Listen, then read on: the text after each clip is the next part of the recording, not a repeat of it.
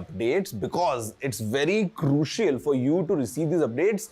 नए फीचर्स मिलेंगे वो अलग बात है, but the same time you also get enhanced security with all these updates, तो वो आपके लिए जरूरी हो जाता है. But yes, I can understand the situation if your phone is like let's say 3-4 years old, तो because of these new updates coming in जहां पे नए फीचर्स बहुत बार होते हैं, योर फोन माइट फील थोड़ा स्लो हो रहा है. तो उस टाइम पे it's up to you to be honest. I mean if you want to get these features, आपको अपडेट करना ही पड़ेगा. But then if you feel that you are happy with your phone, आपका सारा काम सही से हो रहा है, तो you can turn off no.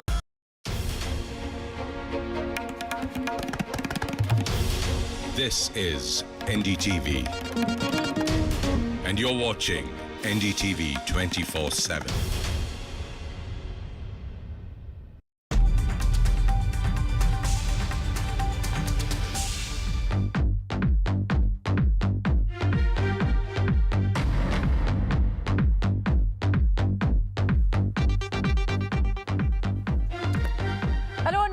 Watching NDTV 24/7. It is D-Day, like we call it. The ballot boxes have been sealed, and in about 2 hours from now, the real story will begin to unravel. We'll get you the quickest numbers and the fastest updates here across the NDTV network. You don't want to go anywhere. Before we get started with our team of reporters who fanned out across the length and breadth of India, let's first get you the top headlines we're tracking this Tuesday morning.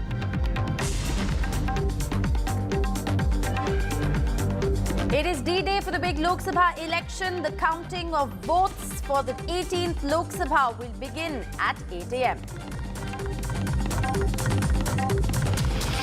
The exit polls have predicted a big Modi victory. Is there a Modi wave or an opposition undercurrent is the big question. Counting of votes in the Odisha Assembly polls as well. Will Naveen Patnaik win for the 6th straight time? It's a key contest between the BJP and the BJD in Odisha. And while counting will also begin for the Andhra Pradesh Assembly polls, is a second term for Jagan Mohan Reddy possible? It's a tough fight from the TDP, Janasena, BJP combined. Central forces have been deployed in Andhra Pradesh to prevent any post-poll violence.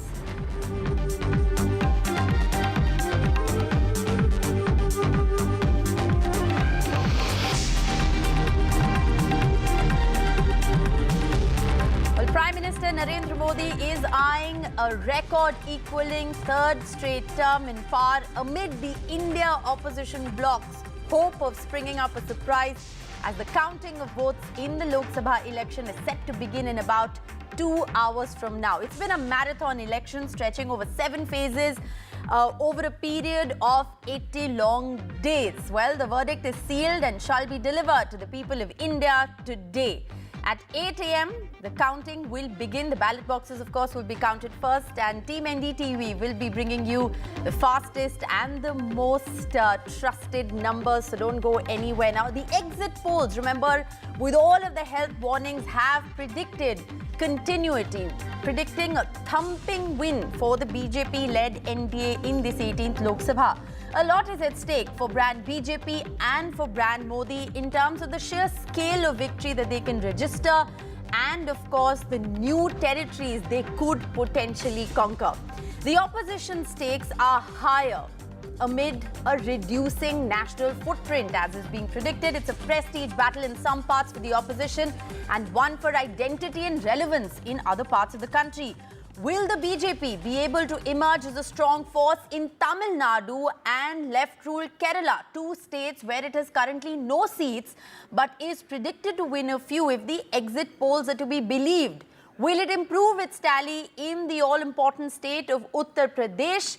Well, to talk more about these two phenomena, the South and Uttar Pradesh, and of course, To also get us a hawk's eye view of what's really happening in the corridors of power, NDTV's team of reporters joins me.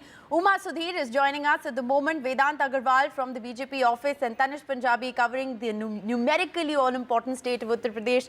A very good morning to you all.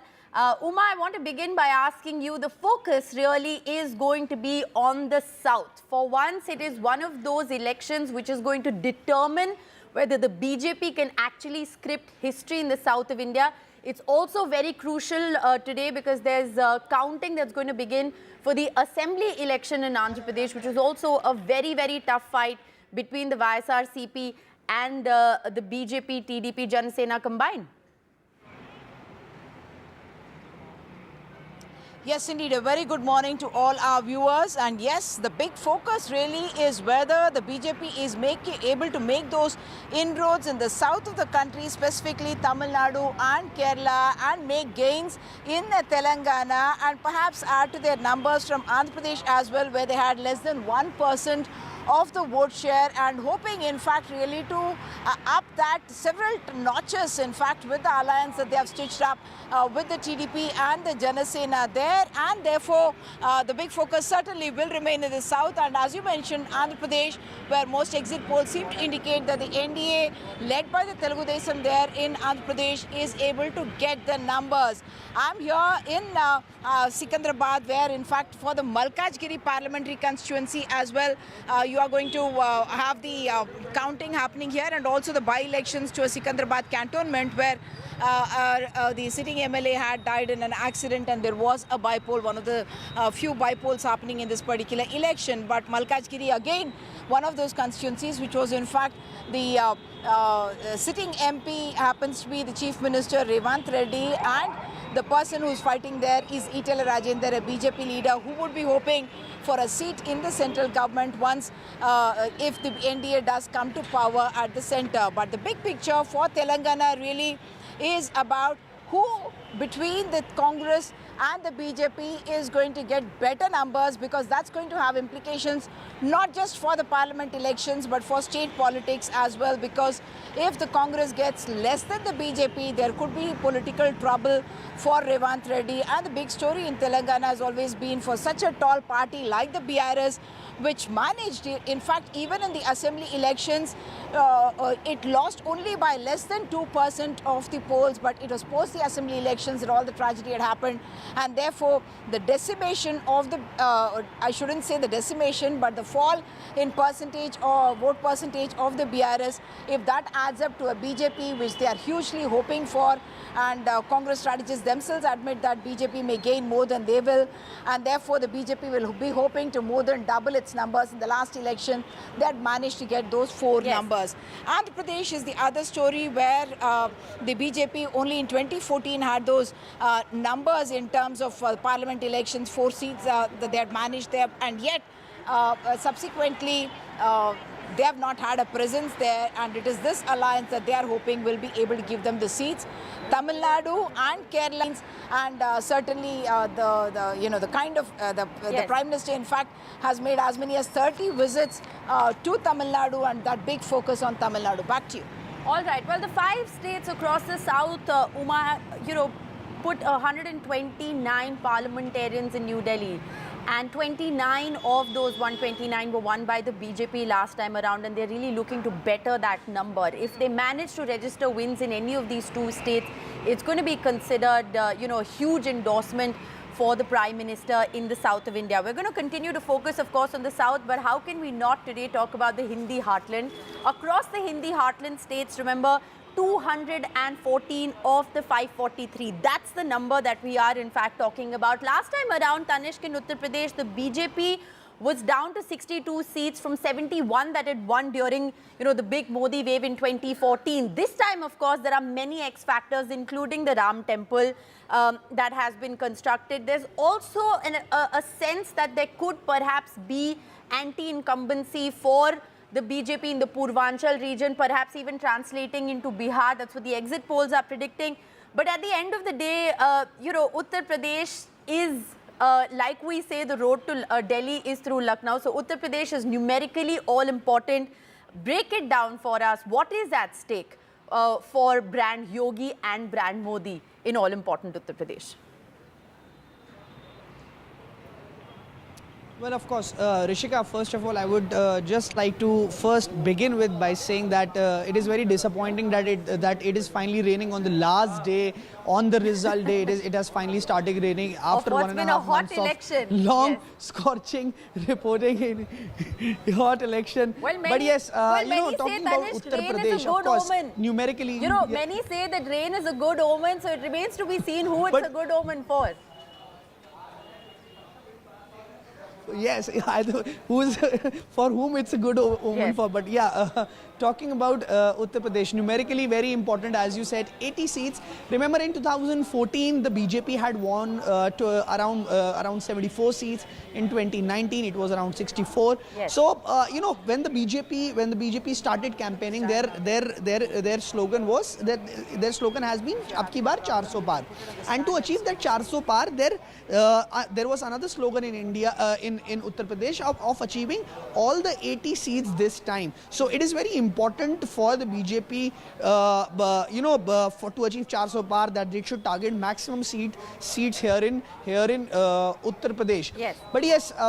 Out of the 80 seats, 64 with the BJP currently. If exit polls are to be believed, it could go around 65, 68, around 68 to 69. If we look at the seats in Uttar Pradesh spread across, you know, from western part of the UP to eastern part of the Uttar Pradesh, there are around 10 seats in which the opposition, 10 to 12 seats in which opposition has a stronger position. And the BJP has a stronger position on around 50 to 55 seats. Now there is tough contest on the remaining 10 to 12 seats. Now those 10 to 12 seats will be the deciding factor on whether the BJP's tally has increased or decreased. But if exit polls are to believe, the BJP's tally is of course increasing by a couple of seats. You know, the BJP had also, of course, I'm right now in the BJP office. The BJP had, of course, you know, tried to rope in alliances. If we talk about the eastern UP, they had of course, you know, made an alliance with the OP Rajbar's party. Talking about western Uttar Pradesh, they made alliance with RLD just before the elections. So of course, they have you know, given the party tickets very carefully and try to, you know, make sure that they get maximum seats this time. But on the other hand, if we talk about, it was the opposition's India bloc, mainly Samajwadi Party and the Congress alliance here in Uttar Pradesh. Yes. After, of course, a long drawn tussle between both the parties for the seat sharing, it was finally decided on 63 and 17 formula. But Yes. there is one thing here, that the Congress campaigning actually, you know, we saw Rahul Gandhi entering Uttar Pradesh for campaigning after third phase of election. So, Yes. you know, that could also somehow have an impact on the voters as well. Yes. Well, absolutely, and many would say that the BJP in that sense has been in campaign mode for Kingdom Come. So, you know, if you draw those parallels, one of the things that the experts have also talked about and questions that have been asked, especially if the exit poll numbers are to be believed, is did the BJP, did the Congress perhaps, you know, delay in sort of hitting the ground running, as they say. Vedant, it's over to you. I reckon that, you know, you are at the BJP office because we can see that there are some kind of preparations that have already been made. I can see, you know, some kind of a pathway sort of a thing that's been laid out over there. But of course, it is the battle for Delhi at the end of the day. You are reporting from the national capital. We won't talk about the Delhi seat, but get us a sense of what's really happening there at the BJP office at 6 a.m. We know that there have been a lot of celebrations that have been planned after the exit poll numbers have unanimously predicted a big BJP win. That's right, Rishika. This morning, let me show you visuals at the BJP headquarters here in the national capital. As you said, preparations already underway for a grand celebration, particularly after what the exit polls have predicted. You know, this pathway, as you said, has been laid out. All these banners here already in place, and they will be put up. These preparations, Rishika, let me tell you, have been going on for the past 2 days. In fact, I was here on the day of the exit polls, and there were massive preparations already. In fact, the stage is also being set for the Prime Minister. In fact, Rishika, what's interesting is that the BJP media cell has already circulated a message among reporters and folks of the media that the Prime Minister will be addressing Karyakartas at around 7 p.m. this evening. And this message, interestingly, Rishika, was circulated 2 days back on the day the exit polls were released. So that's extremely interesting that the BJP already, as you said, is always in campaign mode and is already in that celebratory mode. And that is something that we can see here at the BJP headquarters, where the Prime Minister is expected to address the Karyakartas in the evening, if what the exit polls have predicted does turn out to be true. Though, of course, there's many a slip between the cup and the lip, as they say, and this big LED screen has also been put up here, and Karyakartas have already started assembling here. So you will see a lot of color at the BJP headquarters here in the national capital. As you said, it's a high-stakes battle in Delhi as well, and Delhi, usually reflects the national verdict. So even if one seat goes to the India bloc, the Aam Aadmi Party and the Congress alliance, that's going to be something to watch out for as well. Yes. A lot at stake for the BJP. The Prime Minister himself has held, record rallies, 206 rallies. The aim is, of course, to better its vote share and its seat share as well. While we, of course, keep talking about 400 par, the NDA's bid this time also is to increase its vote share beyond 50%. So whether all of that happens or not, that remains to be seen. But here at the BJP headquarters, preparations already underway. All right, so preparations are already underway. Messages have already been circulated. And, this is how the party always works, with a lot of advanced planning. And, of course, they're very confident after, like I said, the exit polls have unanimously predicted a huge BJP win. But, Uma, if I can come back to you at the moment, because, like I said, the key focus area is going to be the South. Now, if the exit poll numbers are to be believed, there are certain setbacks and losses for the BJP that are predicted in the Hindi heartland, which it hopes to offset as far as the South is concerned. Break it down for us, Uma. You've covered this election on the ground across the 5 states.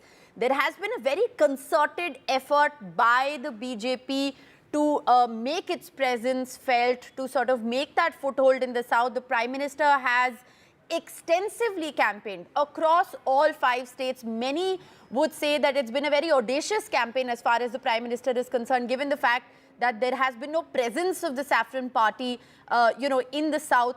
So give us a sense of what this campaign has been like and how it has been received by the people on the ground.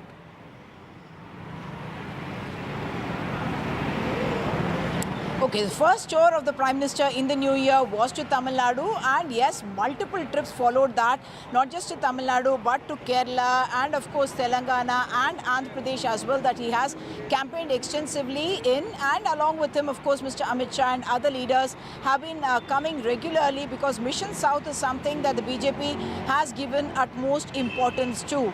And yes, in all these 5 states, the presence of the BJP is not something that's organic. Organically, they have not grown in the southern states the way they have in the north of the country. Always we speak about a Hindi, a Hindu, a Hindutva, all of which were in a sense, politically not acceptable in the Dravidian heartland, and therefore those were issues that, you said these are the reasons why the BJP may not succeed in the south of the country, where you have other regional parties which are having a strong presence. But Prime Minister Modi has been a constant factor, and his campaign and his push and the appeal of the BJP agenda, which is said to bring development, even though it's not the the religious card that really appears to work in the south of the country. But yes, Prime Minister Modi's campaign has always had an impact. Let's look at Tamil Nadu and Kerala alone, if you were to talk about it. In Tamil Nadu, the big picture for the BJP is also because this will be the first time they'll be going it all alone and testing their strength there.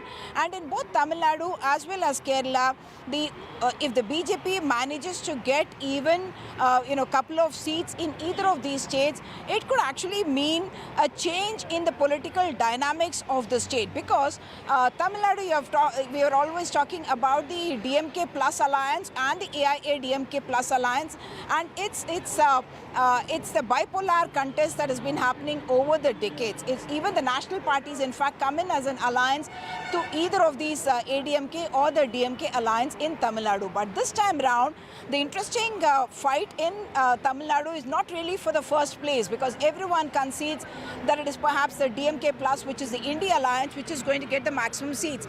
The contest is really for who is going to be second there. Will the BJP manage to get more number of seats than the ADMK? And that is going to have implications for the elections, assembly elections that will come about in a couple of years from now. So if the BJP by itself is able to get any number of seats in Tamil Nadu, some of the local polls, one channel called Tandi, which has predicted 0 to 5 seats for the NDA and almost a 0 for the ADMK. Many of the polls have in fact said a couple of seats and more for the NDA and less for the DMK. Similarly in Kerala as well, where it's always been a UDF versus an LDF battle. If as we are talking about, whether it's a Thrissur or a Thiruvananthapuram or an Attingal. Thrissur, where Suresh Gopi is the candidate. Yes. Thiruvananthapuram, of course, one of the most high-profile battles with Shashi Tharoor and Rajiv Chandrasekhar. And Attingal, where Union Minister Muralidharan is in the contest. If they open their account, then the politics of Kerala also could change, with BJP moving in the assembly as well and making those into tri-cornered contests. But the growth for the BJP in the south of the country has happened with actually talent that's come in from other parties. That's something that you can argue either ways. But yes, that has helped the BJP strengthen itself on its own brand Modi, and the talent that they have acquired from other parties as well. Back to you. Yes. Uma, also a very quick word before I go back to Vedant on, this whole debate around the North-South divide. If the exit poll numbers are to be believed, there's going to be a whole different trend as far as North-South divide is concerned, isn't there?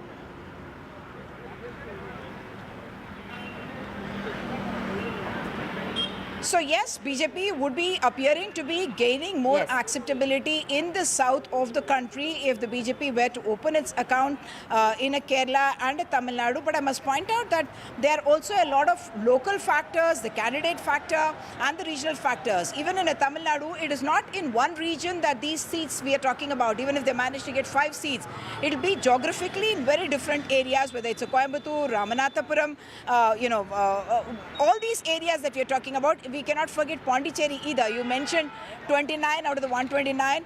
The plus 130 could be the Pondicherry seat that we are talking about as well. And yes, the BJP will be hoping to better its numbers from the 29 that it managed to get in the 2019 elections. Of course, a huge chunk of that, 25, had come from Karnataka. And this time round, they would hope to be able to spread their seats much more in the south of the country.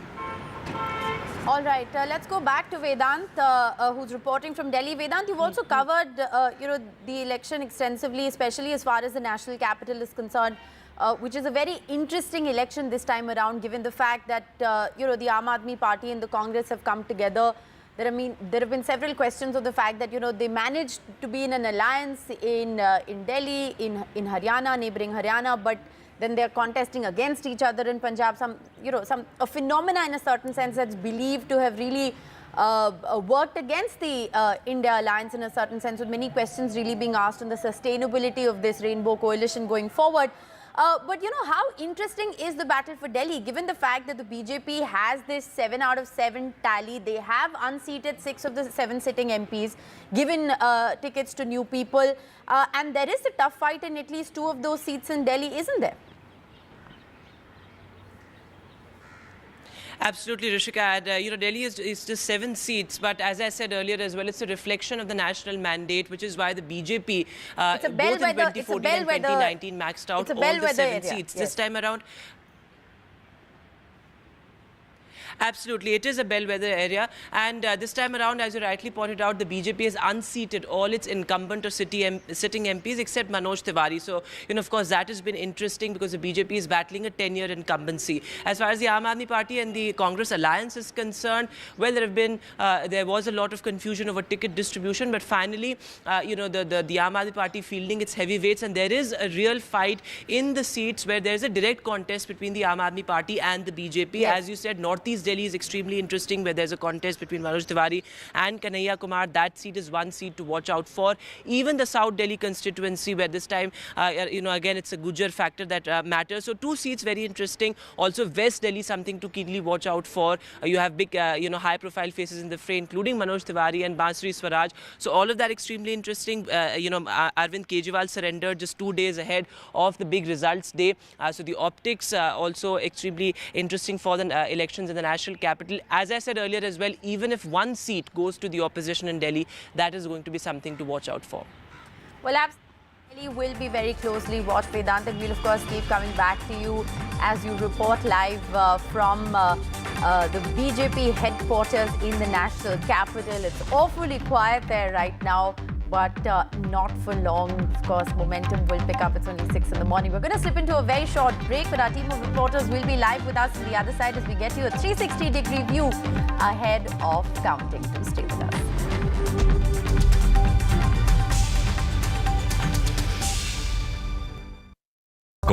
A parent's favorite question to school kids. Result kya raha? An investor's favorite question to a startup. Result kya raha? Everyone's favorite question on a day of a cricket match. Result kya raha? India loves results, but this counting day, don't just know the result, understand it. Catch India's most important result out on June 4th on NDTV 24/7. Watch Result Kya Raha on NDTV. Stay informed and entertained with the new and updated NDTV News app. You can watch all our channels live, listen to podcasts, read breaking and exclusive news from around the world and more. Download the NDTV app today and get access to the best journalism and storytelling on your smartphone or tablet. The NDTV app. News that matters to you. Stay informed and entertained with the new and updated NDTV News app. You can watch all our channels live, listen to podcasts, read breaking and exclusive news from around the world and more. Download the NDTV app today and get access to the best journalism and storytelling on your smartphone or tablet. The NDTV app. News that matters to you. A parent's favorite question to school kids. Result kya raha? An investor's favorite question to a startup. Result kya raha? Everyone's favorite question on a day of a cricket match. Result kya raha? India loves results, but this counting day, don't just know the result, understand it. Catch India's most important result out on June 4th on NDTV 24/7. Watch Result Kya Raha on NDTV. Stay informed and entertained with the new and updated NDTV News app. You can watch all our channels live, listen to podcasts, read breaking and exclusive news from around the world and more. Download the NDTV app today and get access to the best journalism and storytelling on your smartphone or tablet. The NDTV app. News that matters to you. Election means NDTV. चुनाव मतलब NDTV. चुनाव वने Andre NDTV. निर्वाचन माने NDTV. ఎన్నికలు అంటే NDTV. Election हावेदी NDTV. निर्वाचन माने NDTV. निवडणूक म्हणजे NDTV. चुनाव मतलब NDTV. तीर्दल एनरोल NDTV. चुटणी एटले NDTV.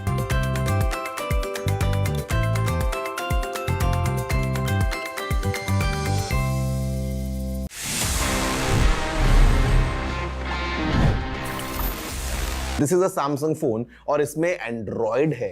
You know what happened सबसे पहले अगर हम जाएं थोड़ा सा पीछे अगर हम रिवाइंड करें about the history of Android. Well guys the creators of Android जब उन्होंने बना लिया यू नो ये operating system they went to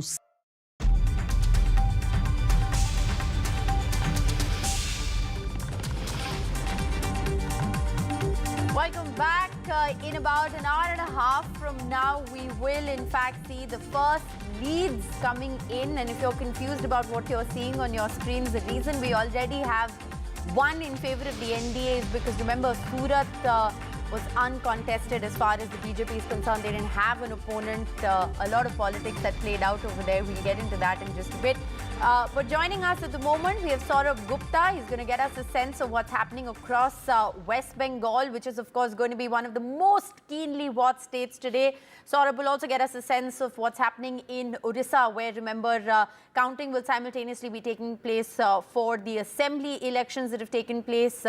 Will Naveen Patnaik manage that 6th historic term, or will the BJP, in fact, dent the BJD's run there? Those are going to be big questions. And, of course, all-important state of Bihar. Prabhakar Kumar is joining us live from Bihar. He's going to get us a sense of what's really happening on ground zero in Bihar. Remember, the BJP is touted to lose a couple of seats as per the exit polls, if those numbers in fact hold. So, Saurabh, to you first. As far as Bengal is concerned, the exit polls this time, the poll of polls data shows that the BJP could actually cross the tally of the TMC. In fact, they could perform better than the TMC if the exit poll numbers are true. This is, of course, going to be a huge setback as far as the TMC is concerned. But many would say, and you've covered the elections in Bengal on the ground, that the BJP has actually been preparing for this for the last decade.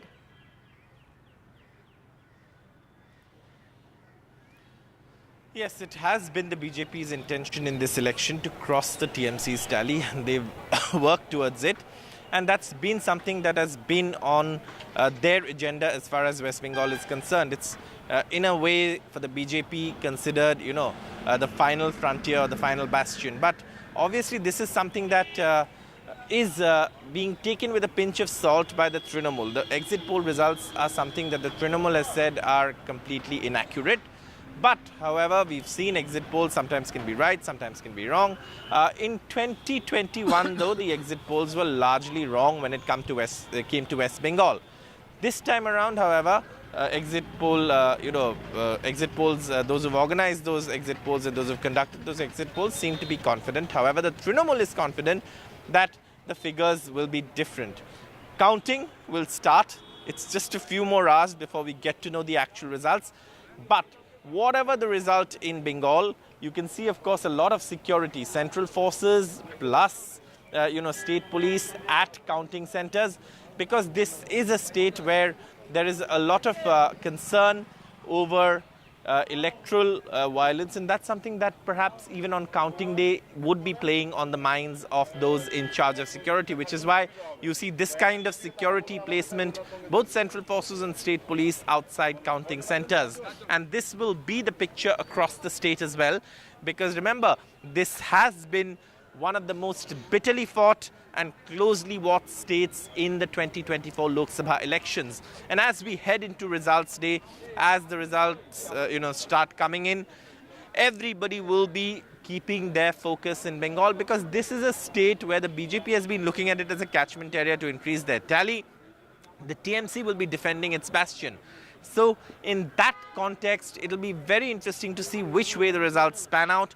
If, like you said, the exit polls are correct, and if the results are what the BJP is expecting as per the exit poll, forecast, then it would be a huge political churn in West Bengal, because it would mean that the BJP would have finally crossed not only the halfway mark, but also become the single largest party in parliament from West Bengal. And the last time that happened, well, there was a political upheaval.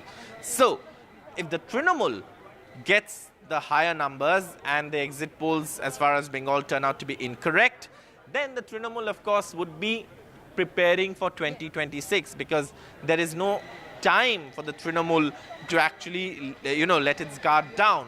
Because the BJP, as we know, is an aggressive party when it comes to elections. It will come back with full force, because it's been a party that's been on a growing curve in West Bengal. It would like to maintain that growing curve. So 18 seats in 2019. What will be the results in 2024? We'll know in a few hours. Yes.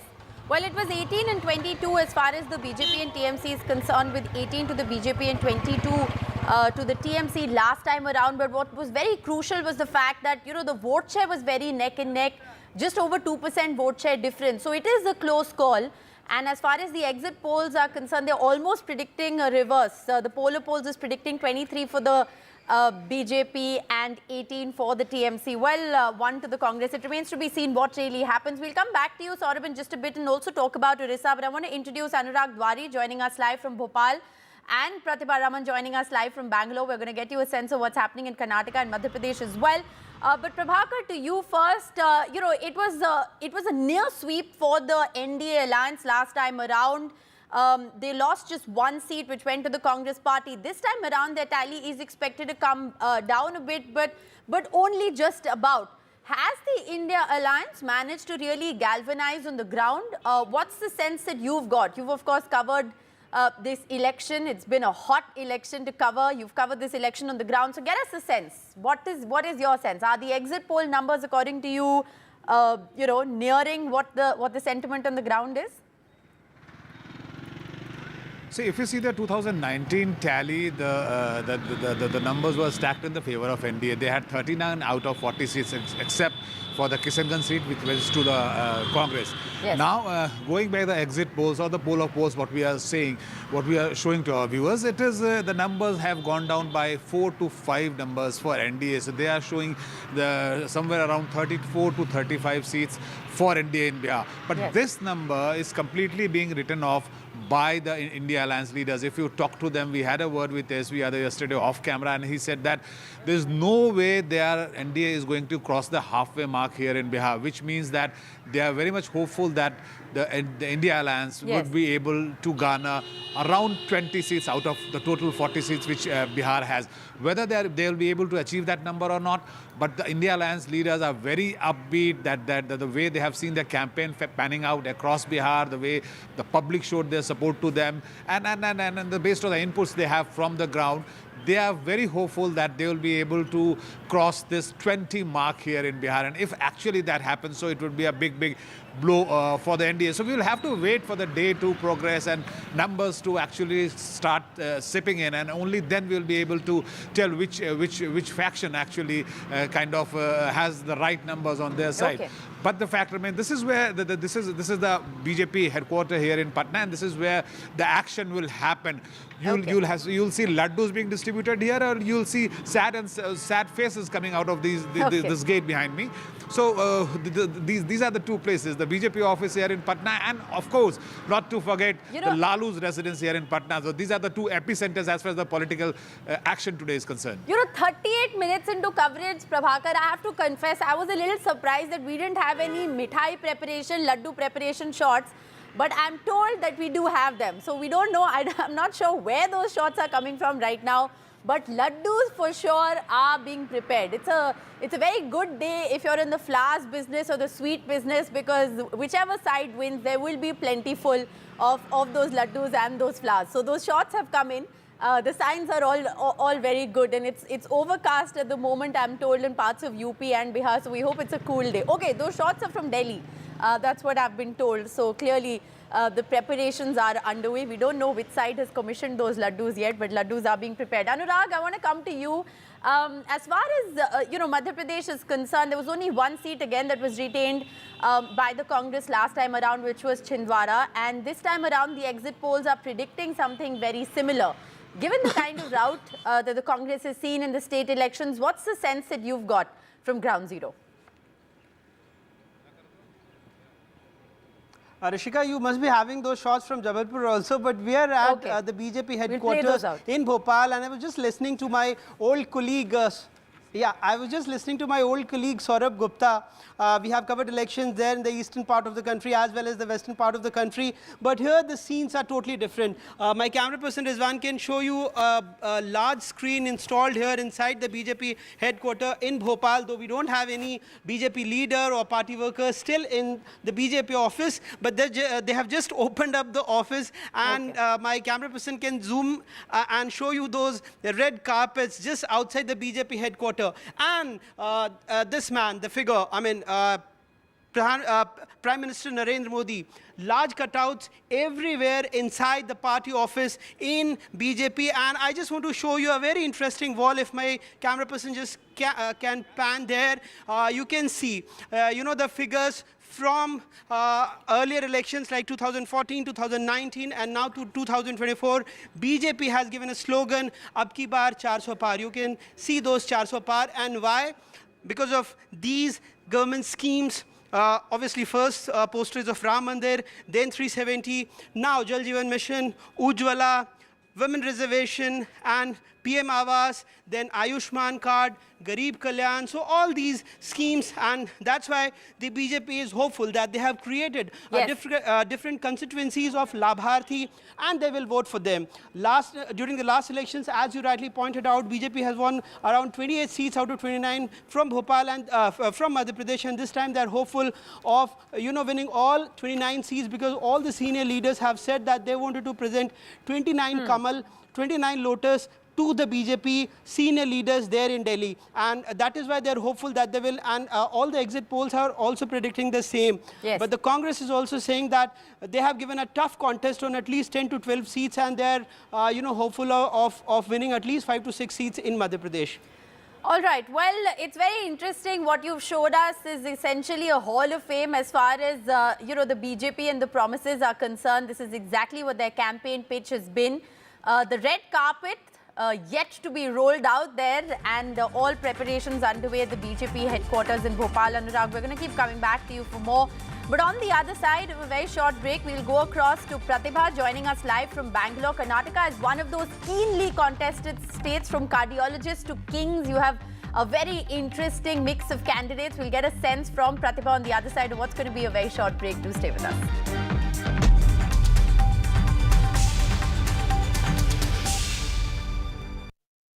Election means NDTV. चुनाव मतलब NDTV. चुनाव मने Andre NDTV. निर्वाचन माने NDTV. ఎన్నికలు అంటే NDTV. Election हावेदी NDTV. निर्वाचन माने NDTV. निवडणूक म्हणजे NDTV. चुनाव रसाई मतलब NDTV. தேர்தல் என்றால் NDTV. चुटणी એટલે NDTV.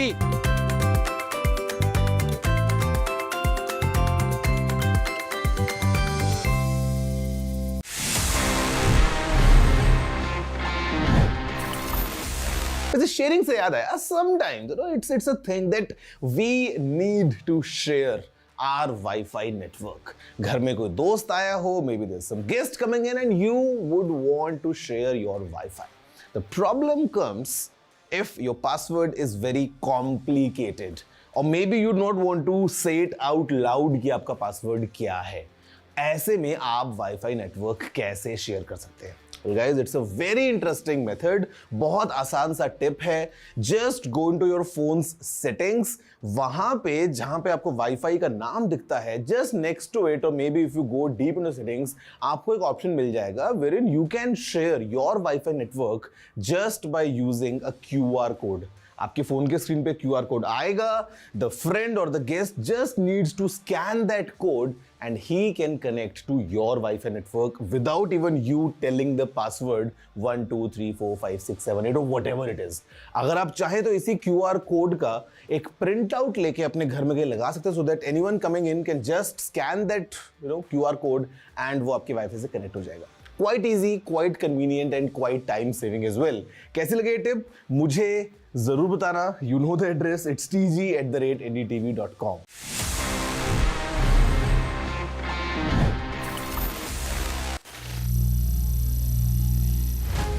Some people say the metaverse will only be virtual.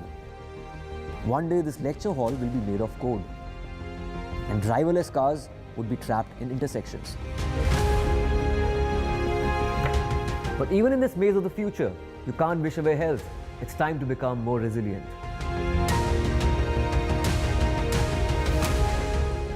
"10 years of Banega Swasth India, we have grown and achieved so many milestones.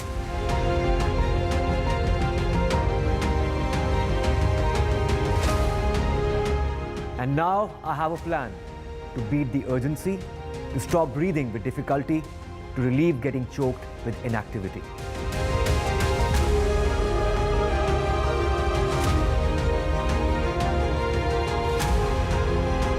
energize our government, our environment, our society, and ourselves. Everyone, everywhere, every day.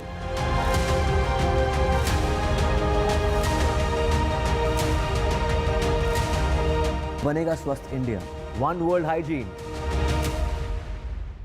A parent's favorite question to school kids. Result kya raha? An investor's favorite question to a startup. Result kya raha? Everyone's favorite question on a day of a cricket match. Numbers coming up on our screens, the fastest and the most trusted numbers here on NDTV. Let me go across to Saurabh Gupta, who is joining us from West Bengal. But Saurabh, I also want to get a sense from you, and we have Sam now joining us as well from Chennai, and we'll go to Pratibha in just a moment. But Saurabh, to you first. We spoke a little bit about West Bengal, and I want to talk about Odisha as well, because Odisha is one of those places where the BJP is hoping to script one of its success stories. If the exit polls are to be believed, it's hugely in favor of the BJP. The exit polls are actually saying 15:5 as far as the BJP-BJD seat is concerned. But I want to understand from you, a lot at stake here for Naveen Patnaik, who's seeking a 6th term as Chief Minister, because there are simultaneous elections there. Absolutely. You know, in Odisha, the scenario is very different, because not only is Naveen Patnaik seeking a historic 6th term, if he wins it, he is well on his way to becoming India's longest serving Chief Minister, ahead of Jyoti Basu of West Bengal and Pawan Chamling of Sikkim. So these are very interesting times for Odisha politics. Now, what surprised many also was that a day before the results, on the advice of the state cabinet, the Odisha governor dissolved the assembly. And therefore, this was the last decision taken by the Naveen Patnaik cabinet. And of course, now, once the new assembly is formed, once the results are out, it'll be very interesting to see whether Naveen Patnaik can script history, or the BJP has one of its biggest successes in eastern India, because Odisha is a state, again, like we've been reporting, the BJP has been looking at as a catchment area. And several issues have dominated the election, including the issue of Mr. V.K. Pandyan. The BJP has launched an outsider attack on him. And many political analysts in Odisha believe that that would have had an impact on this election in Odisha. The BJD, Biju Janata Dal, is confident of winning Odisha for a record time, and also Naveen Patnaik scoring that 6th term in office and becoming India's longest Chief Minister. Longest serving Chief Minister, I beg your pardon. Yes, well, it's going to be very interesting to see what happens. Even the vote share last time around, there was a difference of just about 3.5% between the BJP and the BJD. So can the BJP really cover up that lost ground, and will it translate into seats? So Odisha is going to be one of those fascinating elections to watch out for today. I want to now go across to Pratibha. Pratibha, it's a prestige battle as far as Karnataka is concerned. The Congress did win the state elections, but many say that the BJP is really covered ground in a certain sense, allying with the JDS, looking to consolidate the Lingayat Vokaliga vote base. There have been a whole host of issues as far as Karnataka is concerned. You've covered the election on the ground. What's your sense? Do the numbers hold? In fact, it has been quite a nail-biting contest as far as all three parties here are concerned, because each of them trying to prove their mettle here. The Congress trying to repeat what it did in the assembly election with respect to the Lok Sabha election. The BJP, of course, trying to maintain its prestige by gaining or covering the entire ground here in Karnataka, and trying to retain as many seats as possible, just like how they did in 2019. I'm here at one of the counting centers of Bengaluru Central here, and it has been quite interesting to watch the kind of arrangements that have already been made. The building that you see, this is the place where the counting is to take place in a few hours from now. also the kind of security arrangements that are already in place. The polling agents are trying to get the exact block that they are assigned to. So that's the kind of action and activity that Karnataka has been witnessing since 6 a.m. today. A lot of action on ground, a lot of action-packed day that is also expected as far as Karnataka is concerned. We've been talking about the Modi guarantees versus the Congress guarantees during the election campaign here in Karnataka. Right through the midway, Prajwal Revanna issue also gained a lot of ground as far as the poll plank is concerned. Yes. We'll have to wait to see how this prestige battle between the Congress and the BJP will play out in Karnataka. All right. Well, the Prajwal Revanna issue, of course, has grabbed national and international headlines, but the entire controversy really only unearthed after Karnataka had voted. So is it really going to be a poll issue? Well, one isn't really sure of that. But let's go across to Sam Daniel joining us from Tamil Nadu. Sam, what's the sense that you're getting as far as Tamil Nadu is concerned? The exit poll numbers do predict that it's going to be historic as far as the BJP is concerned. Even if they manage to make some inroads in some small measure, they would have in a certain sense scripted history. That's right, Rishika. Alliance arithmetic-wise, the DMK alliance is a formidable one. They swept polls in 2019 and they hope to repeat. They have a strong alliance with the Congress, left parties and a few others including MDMK and VCK. But the exit polls gave at least 2 or 3 seats to the BJP.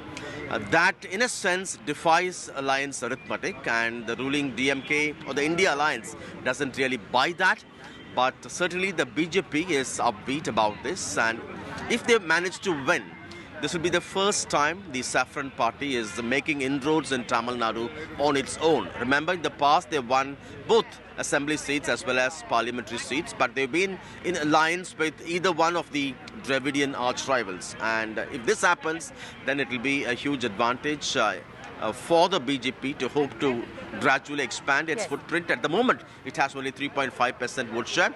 Who would win that seat? If at all it happens to be true, in that case, all eyes would be on Annamalai from Coimbatore, Union Minister Murugan from Nilgiris, and Tamilisai Soundararajan, the governor who turned into a politician again, is fighting as a BJP candidate from Chennai South. But the opposition really refuses to buy that. It's just a matter of few hours. We'll get a clear picture. Well, we'll know sooner rather than later. Thanks very much, Sam, for joining us. And Nazir, of course, joining us live from the beautiful Dal Lake. It's 5 seats in Jammu and Kashmir, 1 in Ladakh, and it's going to be a referendum on a lot of things. Nazir, we're going to come back to you in just a moment from now. So short break here, and we'll get you all the latest political stories from Jammu and Kashmir with Nazir from the Dal Lake on the other side.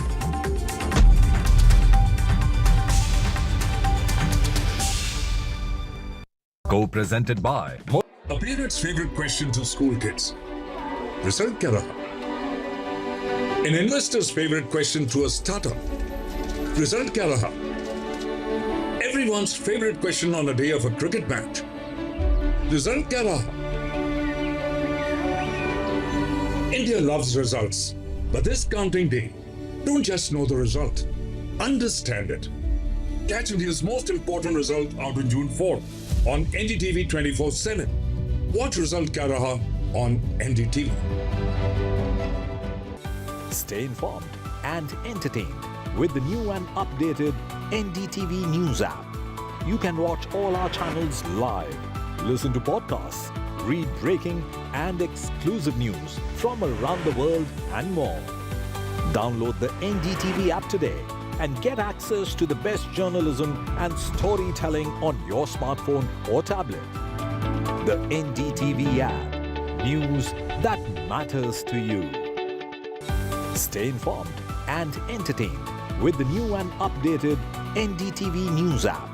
You can watch all our channels live, listen to podcasts, read breaking and exclusive news from around the world and more.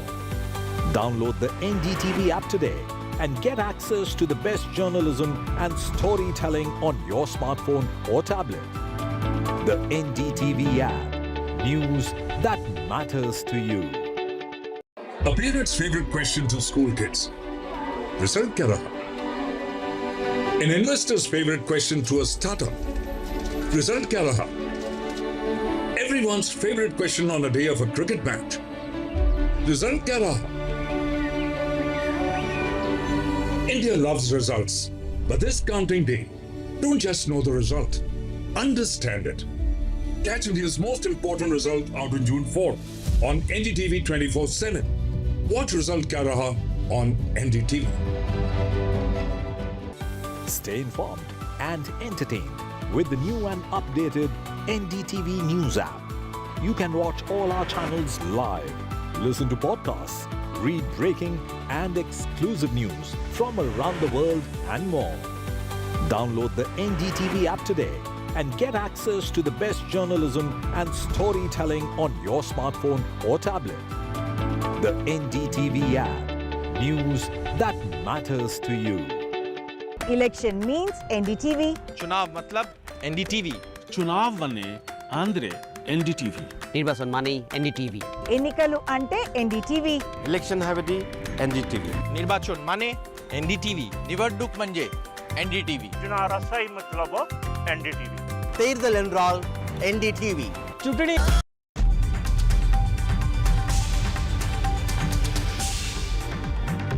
Welcome back, Nazir. It's over to you. Get us a sense of what's likely to happen. You've covered this election on the ground. It's a very, very interesting election this time around in Jammu and Kashmir.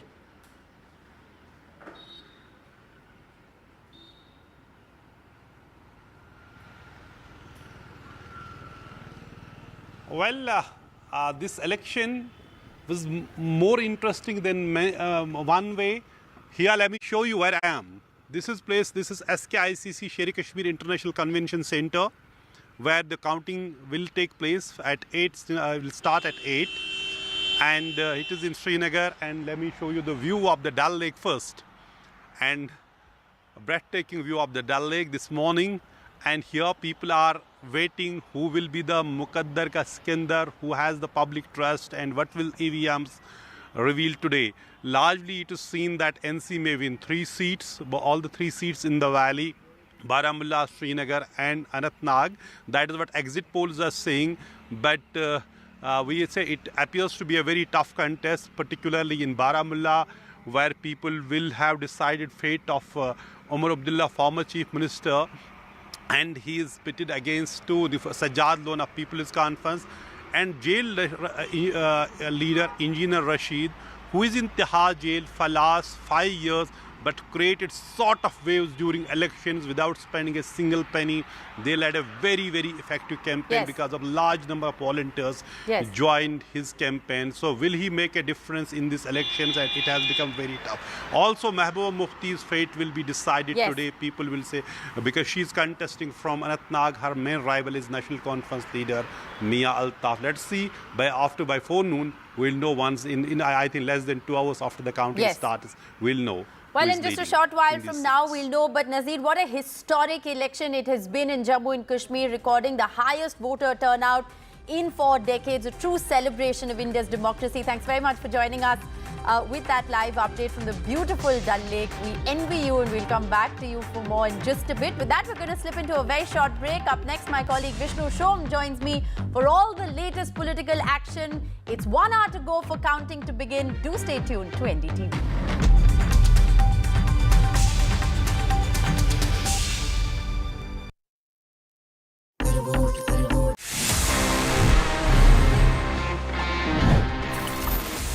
This is a Samsung phone और इसमें Android है. You know what happened? सबसे पहले अगर हम जाएं थोड़ा सा पीछे अगर हम rewind करें about the history of Android. Well guys, the creators of Android जब उन्होंने बना लिया ये operating system, they went to Samsung because they wanted कि Samsung उस Android को खरीद ले. So they all went to Seoul in South Korea. They met with the Samsung people, but Samsung was not that impressed. And Samsung said no. और उसके बाद क्या हुआ? Just weeks later, Google in fact bought Android for $50 million. Imagine करो अगर Samsung ने उस time पे Android खरीद लिया होता, would have been the case that Android would have been Samsung's own exclusive operating system. Like today we see how Samsung is the king of Android. They basically rule the Android market. But वो एक ना आज कैसे mobile history को पूरा बदल चुकी है. It's all for you. Did you know this? If yes, then amazing. If no, then please let me know by writing all your emails to tg@ndtv.com.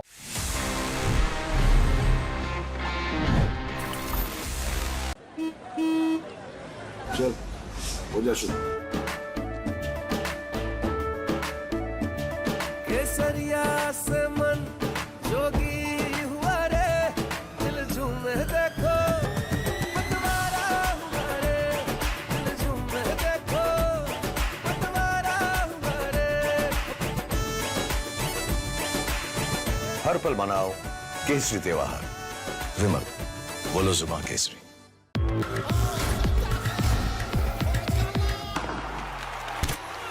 पता नहीं क्रिकेट का फ्यूचर कैसा होगा, पर सीलिंग फैंस का फ्यूचर पता है, because it's already here. Orient Aeroslim with reverse rotation mode जो इंप्रूव करे air circulation. Orient BLDC fan, the future of fans. Election means NDTV. चुनाव मतलब NDTV. चुनाव मने आंध्रे NDTV. निर्वाचन माने NDTV. ఎన్నికలు అంటే NDTV. Election हवेदी NDTV. निर्वाचन माने NDTV. निवडणूक म्हणजे NDTV. रसाई मतलब NDTV. தேர்தல் என்றால் NDTV. ચૂંટણી એટલે NDTV.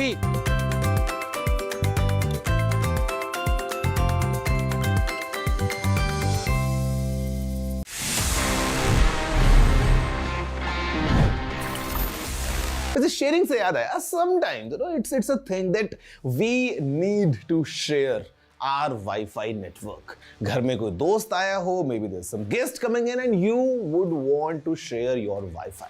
The problem comes if your password is very complicated or maybe you don't want to say it out loud कि आपका password क्या है.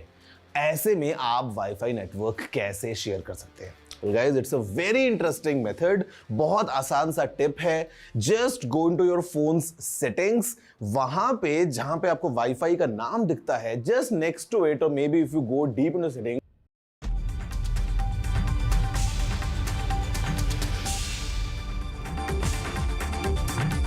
Good morning and welcome to what will be one way or the other a historic day for India.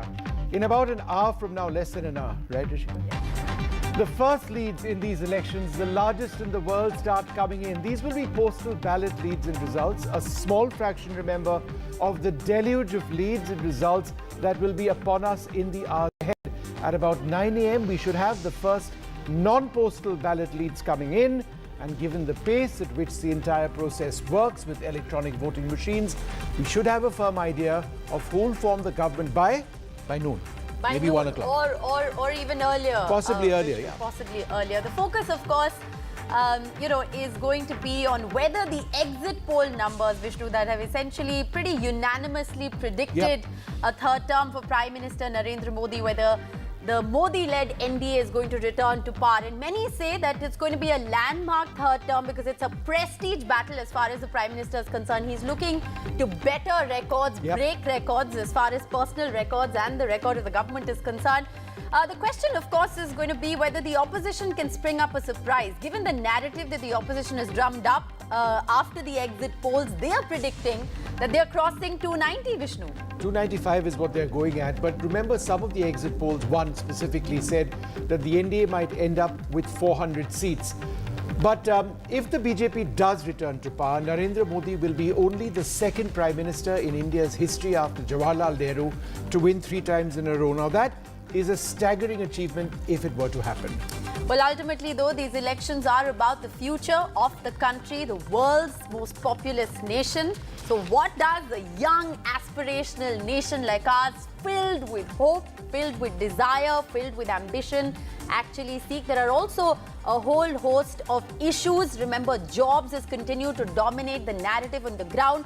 But the question is, have the people of India once again posed faith in this government to resolve those issues? I think those are going to be some of the key things to watch out for as far as this election result is concerned. Well, that's a lot of what we're going to be analysing over the entire day and throughout the evening. But for now, we leave you with one number only, 272. That's the halfway mark, the magic number. In our first past the post system, any party or formation that gets more than that forms the government. So that's what we are looking at. The NDA said 400 par.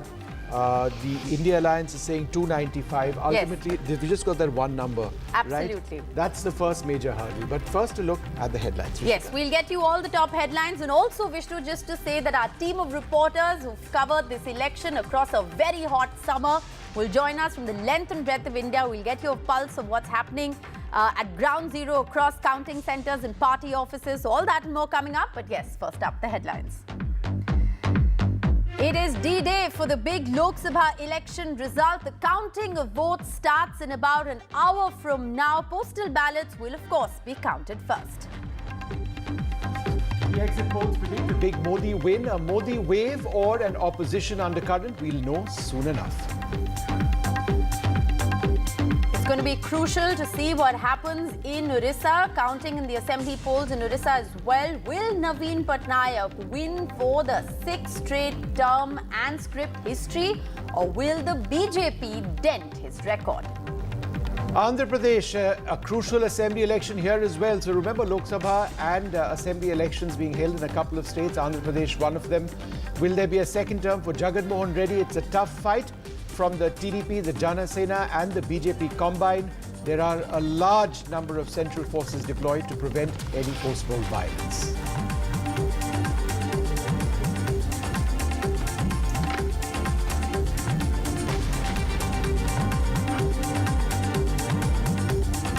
All right, well, it's going to be very interesting. Like Vishnu, you said, the Prime Minister is eyeing a record-equaling third straight term as far as, his personal ambition is concerned. He's, of course, going to equal Jawaharlal Nehru's term. It's going to be very interesting to see how that plays out. And it's been a marathon election, let's face it. 7 phases, Vishnu, 80 days and counting. The verdict is sealed. And God knows we in the newsroom can't wait for it to be delivered.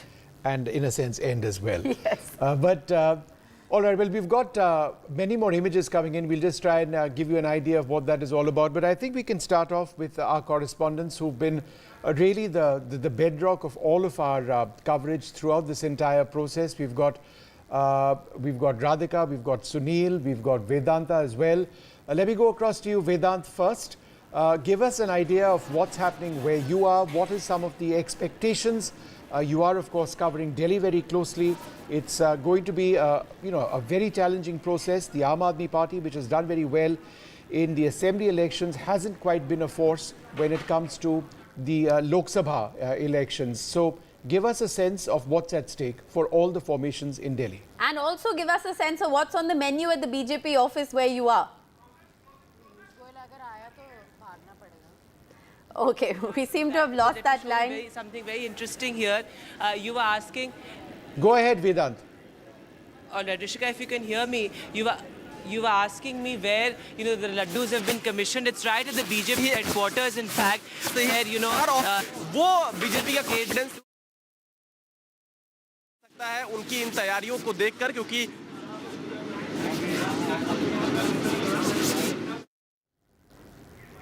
Well, Vishnu, it's a lot more than laddus there on the menu as far as the BJP headquarters are concerned. It's breakfast. There are laddus also, which I saw sort of being kept aside over there. Yes, I think puri aloo is on the menu. That's right. Yes. So, Vedant, we sent you over there to report. I mean, are you essentially hinting that you're hungry at this stage? Okay, we seem to have lost that line with Vedant. We'll try and fix that. But, as expected, Vishnu, 1 hour into coverage and we're talking about food already. We have a long way to go. We're going to go right back to Vedant. Let's get a sense. Sunil Prabhu is another person who always has food on his mind. Sunil, what's happening around you? You're at the Congress office. Everybody must be nervous at this stage. What exactly is the buzz? Well, Vishnu, here it's not about food or laddus. Here it's about questions about the EVMs. And I'm joined by somebody who has been a veteran, who has always been part of the Rahul Priyanka, brigade. Now he's questioning the EVMs. Jagdish bhai, why are you protesting now? देखिए, पिछले 6 दिन पहले मैंने बता दिया था कि लोकतंत्र ये जो है हैक होगा ईवीएम मशीन आप बताइए, मैं सरकार से, चुनाव आयोग से, सुप्रीम कोर्ट से हाथ जोड़ के अपील करता हूँ, नम्र निवेदन करता हूँ, आप बैलेट पेपर का जो बैलेट से पर्चियाँ गिनी हैं उनको अलग गिने और ईवीएम मशीन से अलग गिनती करें और तो रिजल्ट डिक्लेयर करें तो नंगा हो जाए। Are you already conceding that आप हार रहे हैं? नहीं, 100% देश की जनता से हम नहीं हार रहे हैं, ईवीएम से पिछले 10 साल से हम हार रहे हैं। मैं कहता रहा देश के। How can this be? You can't be contradicting yourself. When you win in Karnataka, when you win in any other state, then it is okay. And when it is against you, then you are questioning. आप इतने बढ़िया बुद्धिजीवी पत्रकार है, पूरा देश थोड़ी लूटेंगे, थोड़ा बहुत तो रेवड़ी हमें भी देंगे। अब मैं हिमाचल की बात करता हूँ, हिमाचल का नारा था कि कांग्रेस के 60 और बीजेपी के 8, लेकिन 11 बजे तक 25 बीजेपी के आगे वो ईवीएम मशीन ही थी। कहना कि मैं समझता हूँ अगर देश के प्रधानमंत्री ने इसका विरोध करा था, ईवीएम में गड़बड़ है, बैलेट पेपर पर देख के अपना ठप्पा मार कर वोट देते हैं, पहला विरोधी तो प्रधानमंत्री है ना, हम समझ नहीं पाए। अब तो पूरा देश समझ रहा है, सब समझ रहे हैं, अनजान मतलब मैं तो कह रहा हूँ, मैं फांसी खा लूँगा अगर वीवीपैट से राहुल गांधी चुनाव हार जाए तो। नहीं हारेंगे, ईवीएम मशीन से राहुल गांधी चुनाव हारेंगे और पिछले 10 साल से हार रहे हैं। EVM and VVPAT are the same thing, but anyway Jagdish भाई, आप आजकल संघर्ष का मूड में है, you are not ready to have laddoos and enjoy. आप क्या ऑलरेडी मान रहे हैं कि आप हार रहे हैं? जब मुझे पता हम हार गए तो लड्डू या हवन क्या करूंगा यार, मैं तो बुरी तरह पता कि हार है। कहीं ना कहीं मैं समझ रहा हूँ, सिपाही हूँ कांग्रेस पार्टी का, चारों तरफ नजर रखे हूँ, 10 साल से शोर मचा रहा हूँ ये में गड़बड़ है, पार्टी तो अब इस लाइन पे आई है, पूरा देश अब इस लाइन पे आया है। और मैं दावे से कह रहा हूँ ना, फांसी खा जाऊंगा अगर वीवीपैट से राहुल गांधी आ जाए तो, जो पर्चियों से उनसे राहुल गांधी जीतेगा और ईवीएम मशीन से पिछले 10 साल से हार रहा है। So that's the mood you can see here at the Congress office, already conceding to a great extent the fact that they don't, are not that confident. But this is clearly symbolizes what exactly is the problem with the Congress party. The India Alliance, as you're well aware, will be meeting later this evening to take stock of the results. The big question is what do they plan after that, and whether they will be united together after that results come in. So that's, I think, a critical meeting that is taking place, apart from, of course, as we wait to see leader after leader analyze on what went wrong, if the exit polls are as predicted, giving the India Alliance not many seats as and allowing. So Vishnu, the mood is skepticism as far as the Congress office let me is interrupt concerned. Skepticism being served. Vedant is still not on camera. Yes. I suspect he's eating the food at the BJP office at this stage. We need to check whether there's a connectivity issue there for sure. Connectivity, right? Quote unquote. Yes, for sure. Radhika, huge day, obviously, all across Maharashtra. Some would suggest it's a battle for identity of the NCP at one level, the Shiv Sena as well. Again, basic questions to start off. What's the buzz around you right now?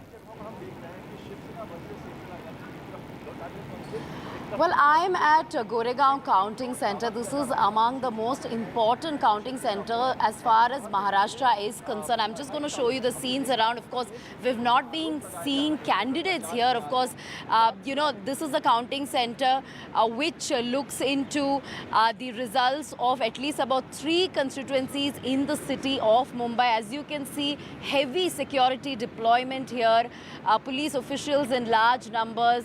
Election agents, counting agents are in fact making their way into the polling centre. Of course, election officials also, we've been seeing them for the last 1 hour. It's buzzing here, of course, but in a couple of hours from now is when we will start seeing candidates, including Piyush Goyal. As far as Maharashtra elections are concerned, yes, as you rightly pointed out, this is all about identity battle and prestige battle as far as both Mahayuti and MV are concerned. Remember, political landscape in Maharashtra went through a sea change over the last couple of years with the Sena split, NCP split.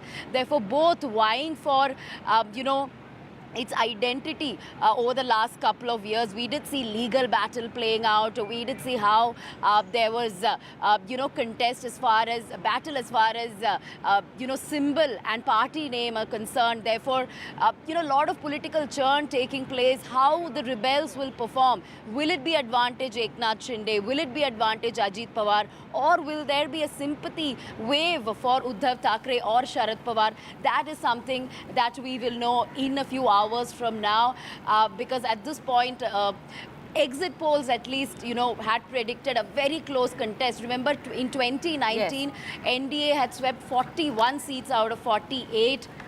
And now, of course, what we are seeing is some sort of, equal numbers as far as both the factions, both the alliances are concerned. So it is going to be, it's not going to be easy to predict, at least this year around, this time around, simply because of all the political churn and the change in the landscape. Is it going to be advantage original Sena, as they call it, original NCP, or is it going to be advantage rebels? Will the BJP strengthen as a result of these, new formation and new realignments, or will it be beneficial for MVA, for Uddhav Thackeray? Radhika, if there's one state where no one's betting any money on, it's Maharashtra, because it is too close to call. This time around, the dynamics are so different. People are so confused about symbols. I remember, Vishnu, ahead of voting in Maharashtra across different phases, they would actually post on social media, people educating the others on the symbols, because there was so much confusion. It's a whole new political landscape, so it's no one's hedging any bets there. In fact, even if you looked at the exit polls, it was in Maharashtra that there seemed to be a bit of a contest between the India Alliance and the NDA, as it were. But it's critical, 48 seats.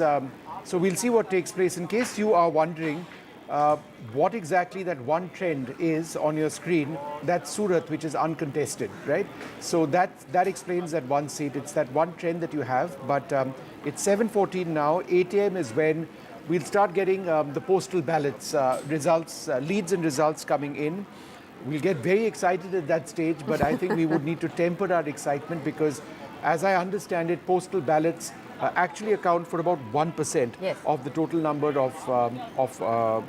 as a percentage of total number of seats or votes, I should say, in our country. So that's something to keep in mind. It's moment of truth right now, Vedant. We want to know, did we lose your line or did we lose you to breakfast? Well, Rishika, it's going to be a long day ahead, so I just had a lovely breakfast here. So and this we were is right. The BJP headquarters here, and all these halwais have been deployed here since morning. So laddus and aloo puri is on the menu, as you were saying, Rishika. So this is one thing about the BJP, that you said they're always in campaign mode, but they're always also, everything is about, showmanship and celebration. And there you can see all these halwais at the BJP headquarters, right at the entrance, in fact. Karyakartas coming in here. Grand celebrations have already been planned. In fact, as I was telling you earlier, the Prime Minister is expected to address the Karyakartas at 6:30 p.m. if what the exit polls have predicted does come out to be true. But very interesting visuals here, Rishika. A stage has also been erected, and Karyakartas coming in. आपसे मैं पूछूंगा, कब से आप लोग सुबह कितने बजे से आए हुए हैं यहाँ पर? रात से यहीं पर हैं? Okay. कल रात को 5 बजे से. Okay, so very interesting. All these halwais have been here at the BJP headquarters since yesterday. And as I said, the BJP expecting to better its 2019 tally, not just in terms of seats, but in terms of vote share as well. Last time around, the NDA vote share was around 45%. This time, they're looking to cross the 50% mark as well.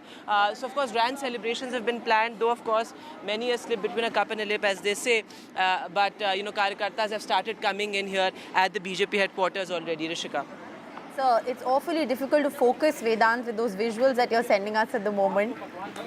It's 7:15, so in about 45 minutes from now, we'll know what really is going to happen. Right. But Vedant, meanwhile, don't eat breakfast. too much now. Yes. But I thought, Rishika, it might be interesting actually to contextualize all of this. And Gurpreet, we're coming to you in just a few moments. But before we do that, this is what the exit polls actually had to say. And the reason we are reporting these exit poll numbers as boldly and prominently, one of the reasons is that 10 of the major ones have all said that it's going to be an NDA win. Not just an NDA win, a staggering NDA win.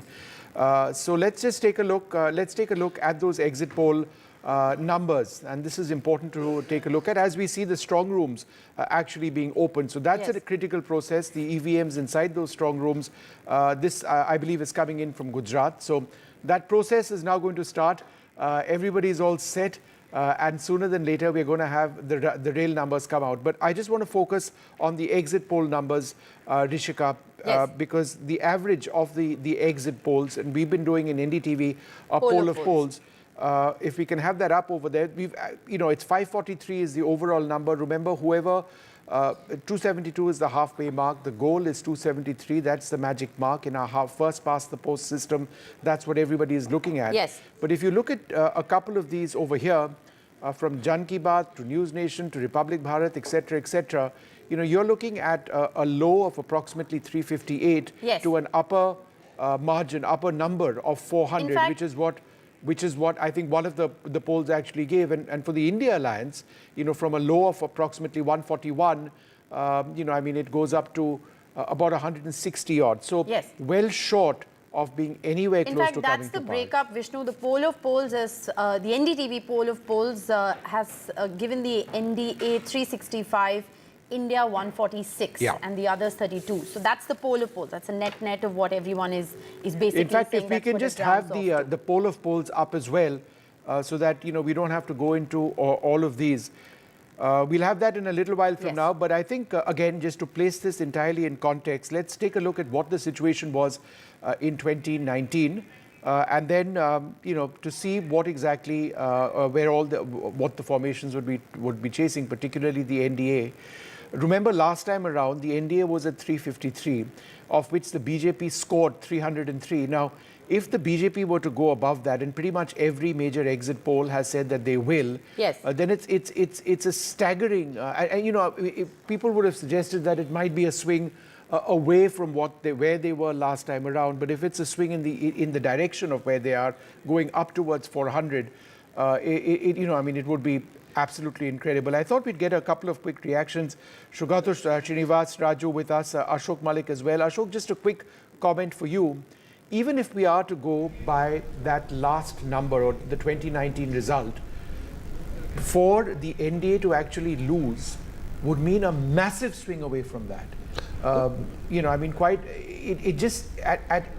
It just seems unreal or unrealistic to expect a massive swing away without a dominant wave. And some would suggest there's not been any wave per se in the country. Yes, for the NDA to actually lose, there would have to be enormous 10% plus swing away from last time's results. and an enormous hostility to the government and to the Prime Minister, which has not been detected, of course. But nevertheless, I would caution against the very high extreme figures of some of the polls. There could be a bit of froth at the top. 400 was yes.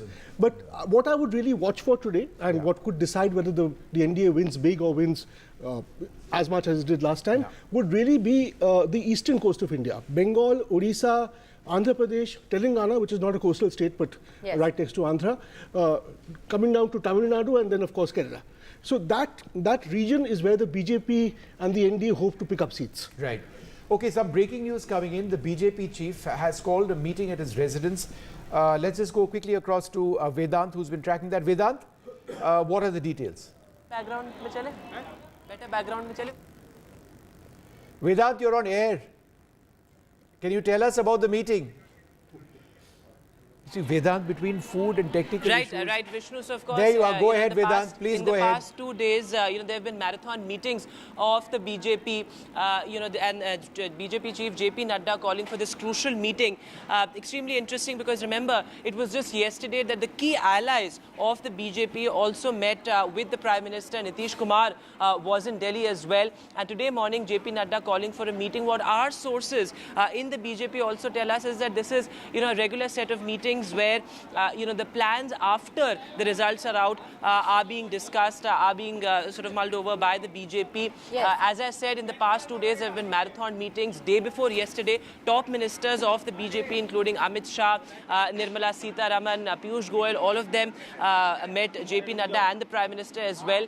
So back-to-back meetings taking place. This, of course, is a standard practice when it comes to the BJP. And essentially what they're looking to discuss is the plans after counting, because grand celebrations have been planned at the BJP headquarters as well. The Prime Minister, if the BJP wins, will be making a victory speech here at the BJP headquarters as well.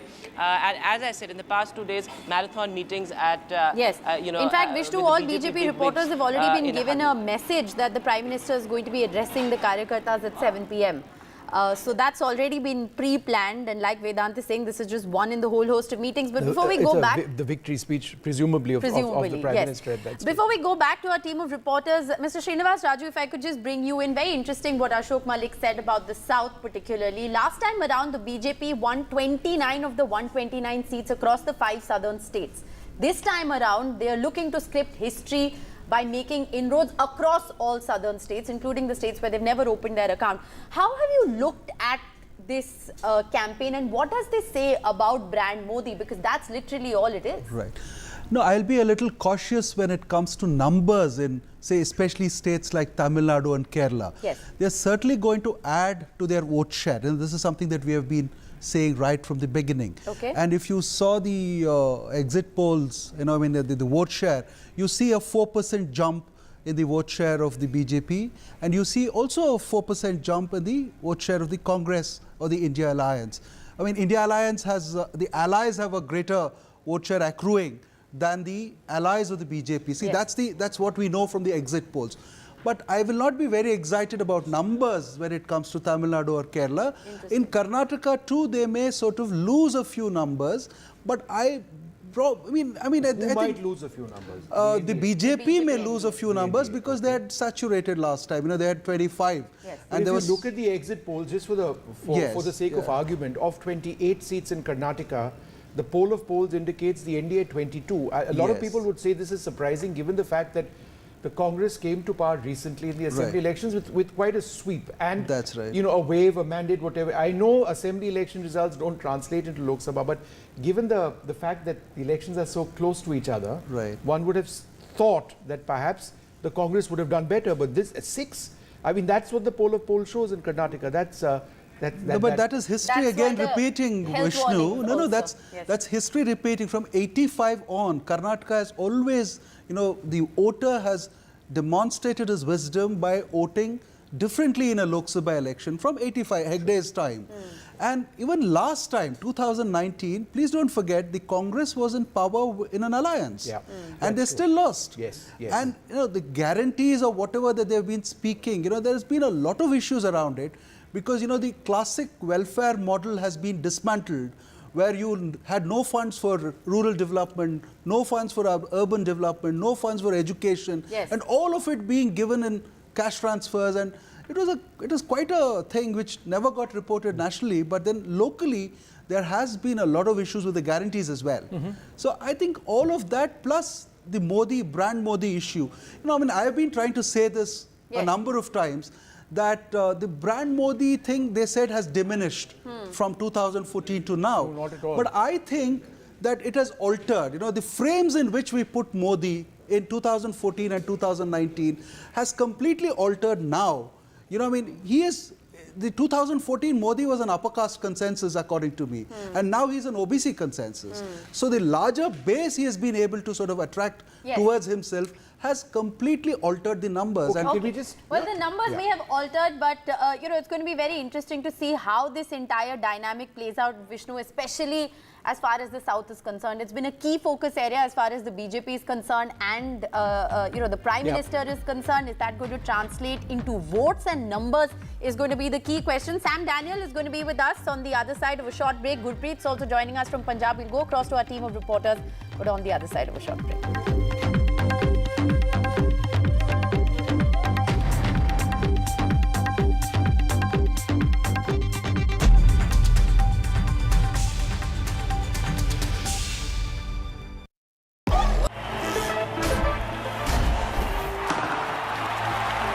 पता नहीं cricket का future कैसा होगा, पर ceiling fans का future पता है, because it's already here. Orient AeroSense with voice command. Alexa, switch on the fan. Orient BLDC fan, the future of fans.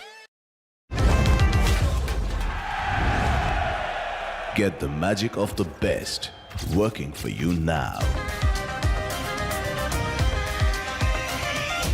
Link your payment cards once, collect rewards forever.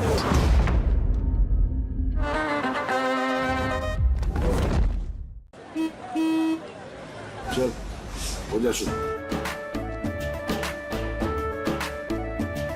केसरिया से मन जोगी हुआ रे दिल झूम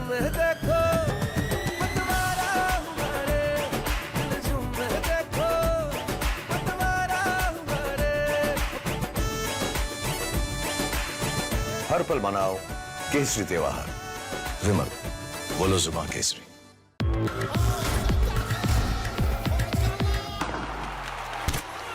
पता नहीं क्रिकेट का फ्यूचर कैसा होगा, पर सीलिंग फैंस का फ्यूचर पता है, because it's already here. Orient Aeroslim with reverse rotation mode, जो इंप्रूव करे air circulation. Orient BLDC fan, the future of fans. A parent's favorite question to school kids. Result क्या रहा? An investor's favorite question to a startup. Result क्या रहा? Everyone's favorite question on a day of a cricket match. Result क्या रहा? India loves results, but this counting day, don't just know the result, understand it. Catch India's most important result out on June 4th on NDTV 24/7. Watch Result Kya Raha on NDTV.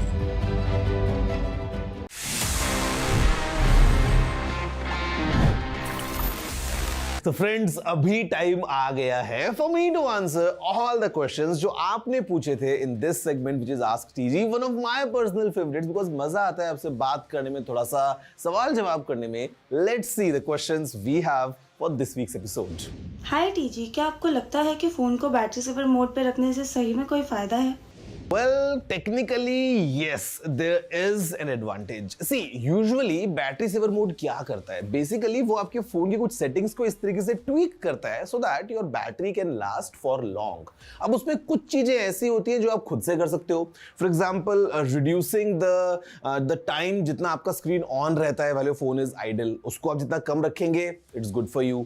आप जो है वो अपने networks को बंद कर सकते हैं. You can turn off the background app activities जो बैटरी सेवर मोड में हो जाता है. But there is one more thing.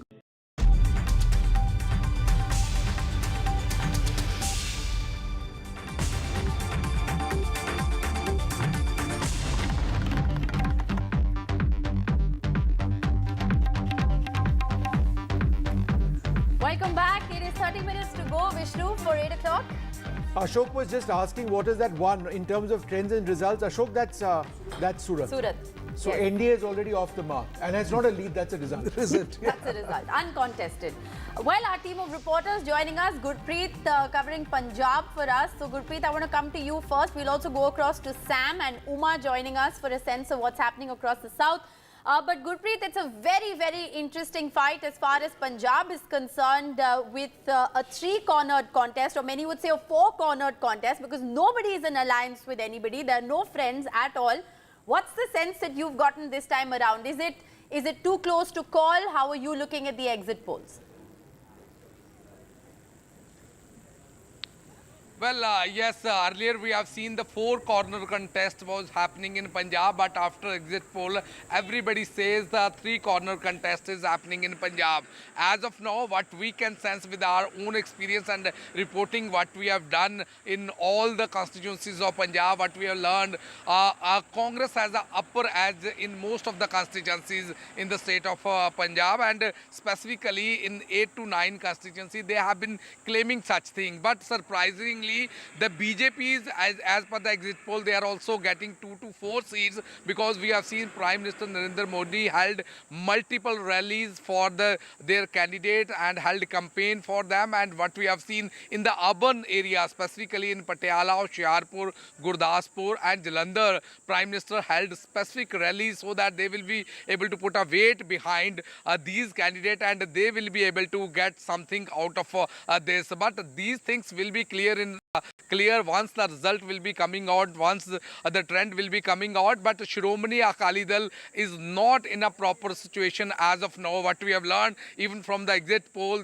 some of the exit poll are not giving a single ticket to single seat to Shiromani Akali Dal, but some of them, they are still hopeful. Bathinda seat they will be able to get from because former Union Minister and the Bastion of Badals, she is contesting from there. So all things will be clear. But Aam Aadmi Party, who has been making a lot of claim, they had provided free electricity, they had given electricity to all the people, especially the farmers also. There is no cuts, electricity cuts in the state of Punjab. Sure. So they have been claiming that development was main agenda. Okay, Gurpreet, I'm interrupting you just now because we need to just quickly get a quick reaction coming in now Basuri Swaraj, contesting from the New Delhi constituency, the daughter of Sushma Swaraj, somebody who's worked in NDTV, by the way, for a show. Yes, she did. She worked, in fact, on this very studio that you're sitting in over here as a producer.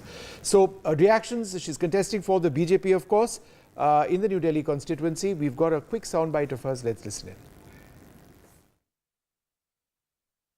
Confident है और क्या message देना चाहेंगे सोमनाथ भाटी? सबसे पहले तो आज लक्ष्मी नारायण मंदिर आई हूँ, जो पूरी सृष्टि के पालन करता है, आज उनका आशीर्वाद लेने आई हूँ और मेरा अगाध विश्वास है और मैं पूरी तरह आश्वस्त हूँ कि आज भारत की जनता चयन करेगी भाजपा की लोक कल्याणकारी नीतियों को, चयन करेगी हमारे यशस्वी प्रधानमंत्री श्री नरेंद्र मोदी जी की विकास की नीतियों को, चयन करेगी हमारे यशस्वी प्रधानमंत्री श्री नरेंद्र मोदी जी के विकसित भारत के विजन को। मैं जानती हूँ तीसरी बार फिर मोदी सरकार। धन्यवाद। All right, let's go straight across to Sam Daniel, who's been joining us. Sam, you know, I mean, if there's one state where there is this complete sweep that is expected in terms of the opposition, it is Tamil Nadu. The NDA, of course, do hope to open their account, not open their account, but to do well with their allies in one or two other areas. But what's the buzz around you? Is there this quiet sense of, oh, nothing's going to change, it's going to be the DMK once again? Or do you really sense, you know, some sort of talk about potential gains for the NDA? That's right, Vishnu. In terms of the alliance arithmetic, the DMK is upbeat because they have retained the 2019 alliance, which had swept the polls for them, winning 38 of the 39 seats in Tamil Nadu. And they feel with the DMK in power now and with populist schemes on, including the 1,000 rupee monthly assistance for women, free bus rides for women, they hope to repeat the same sweep. And they refuse to believe the exit poll results, which give 2 to 3 seats for the BJP.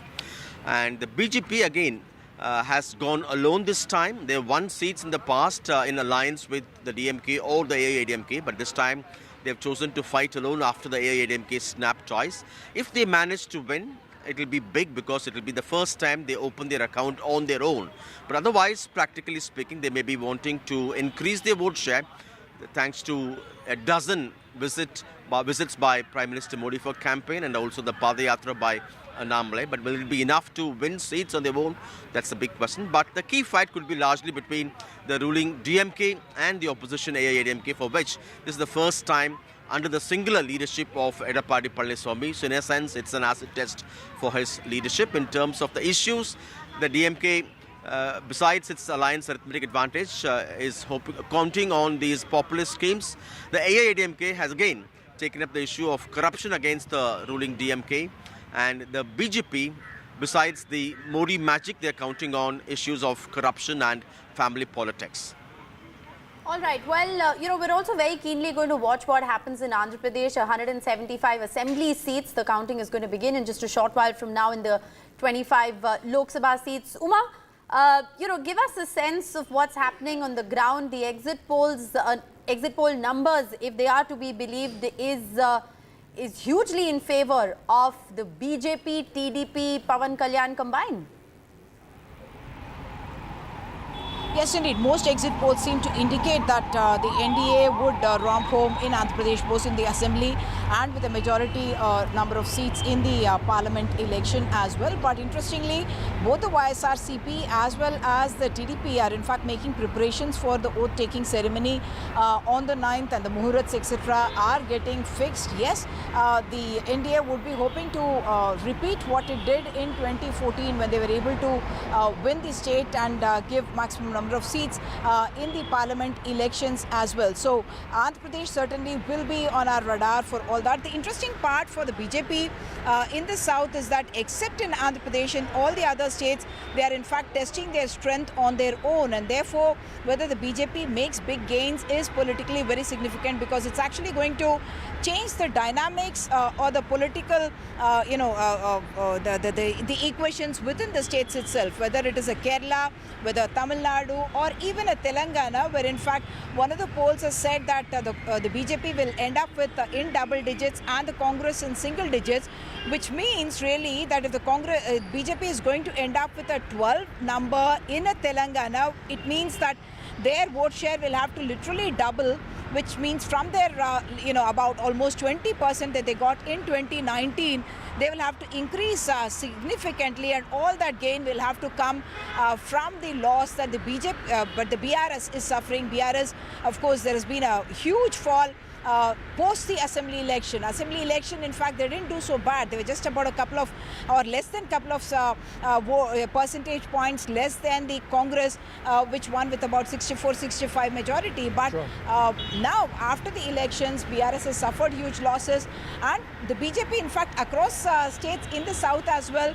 they have got talent from other parties to be able to create for themselves a political space here. So they are largely banking, of course, on Pradhan Mantri Modi's campaigns here, his own personal brand equity that he enjoys, plus, of course, the talent that they have got from the other parties. So therefore, in Telangana as well, if the BJP manages to get more seats in the Congress and the Congress gets limited to about a 6, then there will be knives will be out for Revanth Reddy, who has emerged as a almost a regional satrap for the Congress party here in Telangana. Right. Kerala, once again, we must talk about it. We have always said UDF versus an LDF, but if the BJP does open an account, we are talking about Thiruvananthapuram, Thrissur, or even an Athingal. If they manage to open an account, then there will be an impact on the assembly elections, which could become tri-cornered, whether it's Kerala or even a Tamil Nadu. If the BJP manages to get more seats than the ADMK, then the politics of both those states is going to change in a very basic manner. Back to you. Uma, thanks very much for summarizing that for us. Ashok, we were having a conversation on the changing image of Narendra Modi as far as how he's been projected within the BJP. And the point that was being mentioned by Shogoto is between 2014, the Narendra Modi and his projection is very different from how he's projected now. How is that the case? Well, one, of course, he was a fairly unknown person to large parts of the country. In 2014, he's much better known now.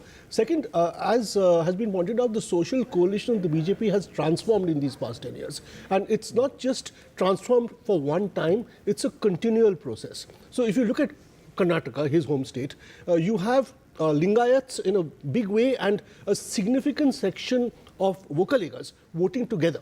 Yes. Which has not happened, I think, in a big way since the 80s. Okay, when the Janata Dal always on the opposite side. So in the 80s, for some period, used to vote together. But so the BJP has been very nimble in creating new coalitions, reaching out to Deve Gowda, for instance, and his family in the state of Karnataka. Even in the last 1 year, from the time they lost the Karnataka elections. So it's Mr. Modi's image, but it's backed by very nimble and dynamic social coalition building. Do you think that the BJP has perhaps been successful if you look at the exit poll figures in the consolidation of the Vokaliga and the Lingayats, because they've made a very concerted pitch to do it, whether it is B.S. Yediyurappa's son becoming the BJP chief or the alliance with the JDS. I mean, it's been like he said, a very conscious effort to make that happen. That's absolutely, the kind of social coalitions that they've built, not just in Karnataka, in Tamil Nadu as well.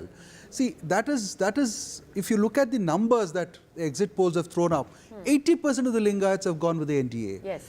70% of the Vokaligas have gone with NDA, despite D.K. Shivakumar being a very strong force and a deputy chief minister. Yes. And even when it comes to OBCs, except the Kurubas, all the OBCs have been behind Yediyurappa since 2008. Yes. So even when it comes to Kurubas this time, the numbers, if one is to believe those numbers, 40% of it has gone with the Many would alliance. say it's the lesson that they learned from the assembly polls as well. No, assembly polls, I will disagree, because BJP, although everybody says that the BJP lost, they retained their vote share, number one, and they made inroads into an area that they had never been familiar, the south of Karnataka. They increased their vote share there by 3%. So that's, I think, a very, very positive pan-Karnataka spread that they got. Ashok, there's another point. If you look at another southern state, Tamil Nadu, the BJP is also willing to take long-term risk. In this election, the BJP and the AIDMK have not gone together, which means the opposition vote is split. Yeah. And even if the BJP gets lots of votes in maybe 1 or 2 seats, the fact is the DMK-Congress alliance should win a big chunk of the seats because the opposition is divided. But they've taken a long-term risk. And that there is some credit to be given for that as well. Ashok, just to go back to the point on Modi, in as much as you talk about how he's been positioned to take work with social alliances, which the BJP has been creating, some would suggest that now in 2024 he's somebody who's gone beyond caste or a social alliance to being somebody who's an aspirational leader. If these results translate, exit polls translated to results, look, then he's sort of one caution here, he's a pan-Indian leader, he adds 10% or maybe more to the BJP everywhere, all of that is true, but in the end you need your social coalitions, and he understands, his party understands that importance. I mean, look at what's happened in Andhra Pradesh, for instance. We just want to comment on that. The vote share of the BJP in Andhra Pradesh standalone was under 1% in the last 2019 election, but now the alliance is poised to win. So if you're talking about the India alliance, pulling its block together, I think the NDA has been equally successful in doing it, if I may say so, especially in states like Andhra, it's a very interesting case because they put together two very powerful communities, Kapus and Kammas. And the BJP did not try to assert itself. It just took 6 seats, allowed them to sort of play the game that they need to play and gave them space and has slowly entered from the back door, which is very, very interesting. BJP was not known to do that. And even in Tamil Nadu, I completely agree with what Ashokji has been saying. See, in Tamil Nadu, not aligning with AIDMK, I see as a very, very interesting thing because otherwise you can't ideologically position yourself anti the Dravidian parties. See, the Dravidian idea and the kind of universalized Hindutva idea are pitched opposite to each other. I think that is getting consolidated and that is looking interesting for 2026, not now.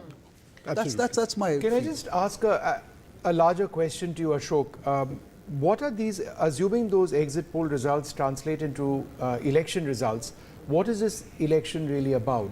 Is it about an aspirational India banking on the NDA for a new future that they see with the vision of the Prime Minister?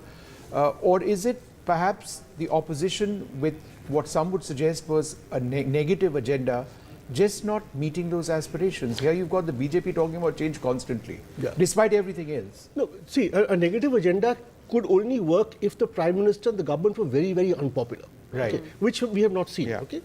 Now, yes, certainly it's a referendum on Mr. Modi if these results are, if these exit poll numbers hold. It's a referendum on Mr. Modi. It's the voters saying that we trust you to deliver on the economy. It's a work in progress. It hasn't happened yet. It's a work in progress, but the next 5 years could be tectonic. We trust you on that. The growth figures look good.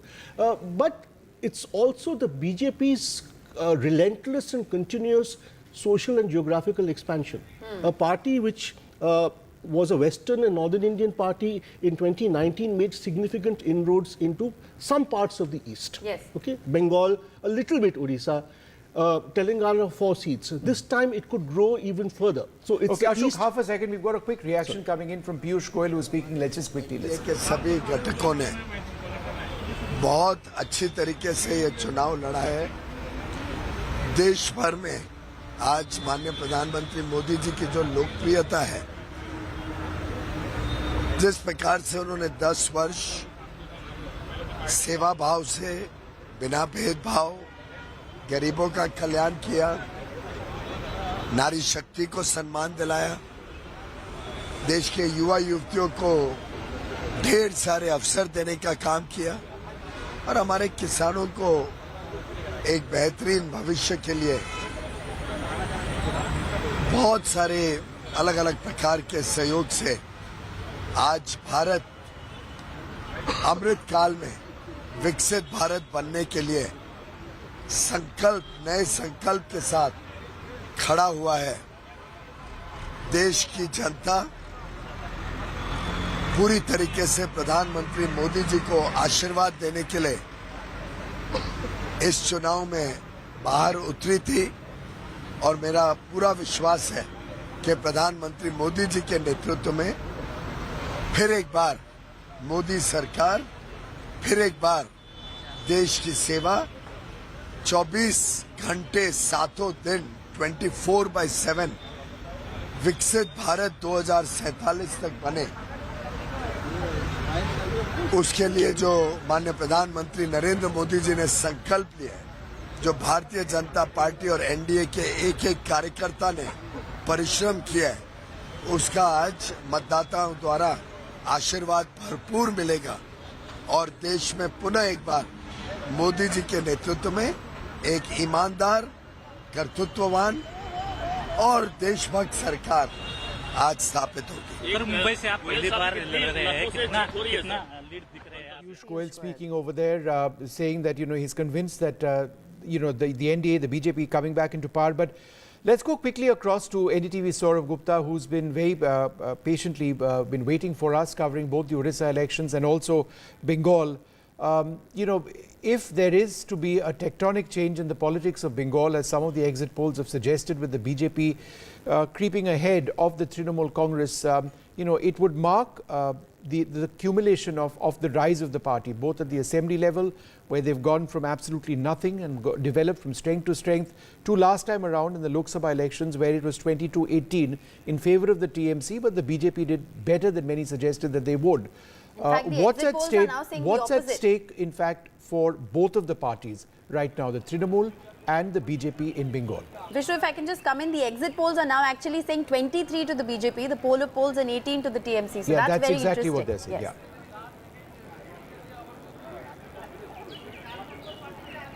Yeah. Well, if the exit polls are right, then let's look at what happened in 2009 and then look and apply that to 2024. Because if the BJP is ahead of the Trinamool in the Lok Sabha elections, as the exit polls predict, then perhaps, Vishnu, like you said, tectonic shift. But if it isn't, and if the Trinamool, which is saying that the exit poll numbers are inaccurate and way off the mark, then the Trinamool still doesn't have too much breathing space, because the BJP is a party that's really serious about Bengal. It wants to keep at it, and in Bengal it wants to gain that space that the exit polls seem to be suggesting. So if the exit polls are right, then the Trinamool will have a lot of perhaps work to do in the immediate situation after the elections, because then the BJP will look at toppling the state government as well by elections, or perhaps you could even see an Operation Kamal, as they call it. So that's one thing. In Odisha too, there is a very interesting situation. Now, yesterday Naveen Patnaik has dissolved the assembly in Odisha.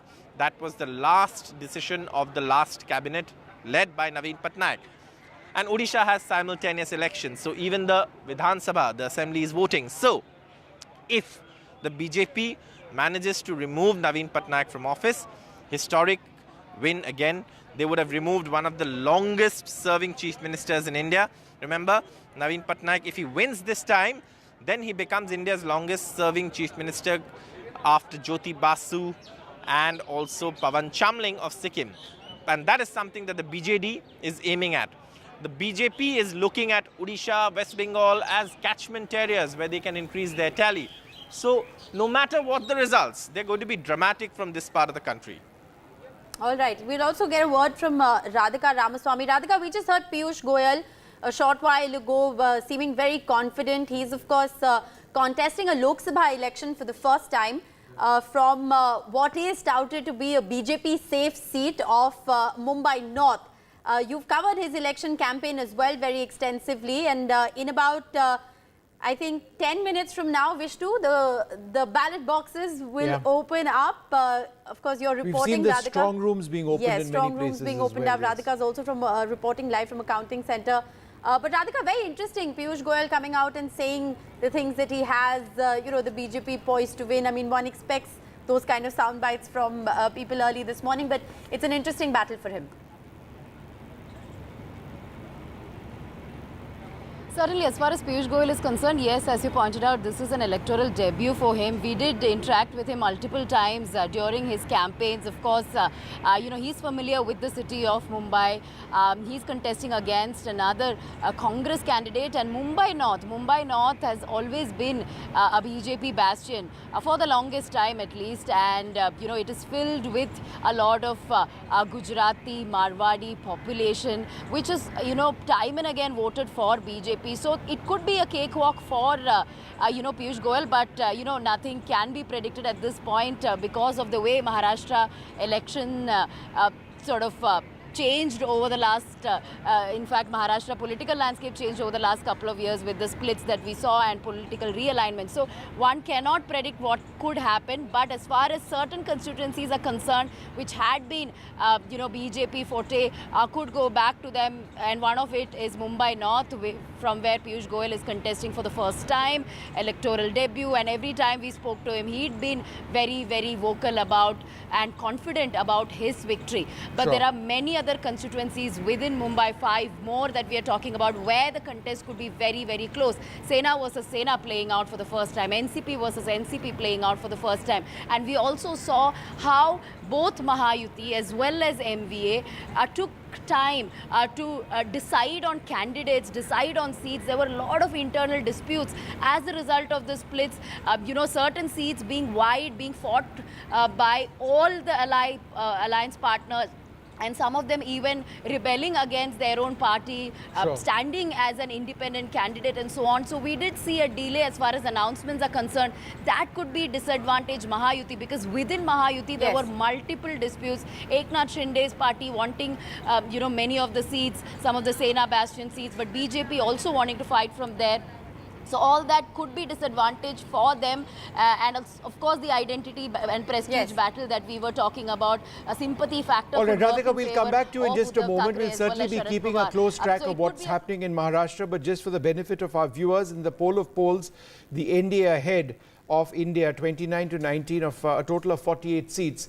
But still losing ground as compared to 2019. That's right. We're going to take a short break at this stage. We'll keep coming back to the very latest, and then just a little while from now, about 6 minutes or so, is when the first leads are expected to start coming in.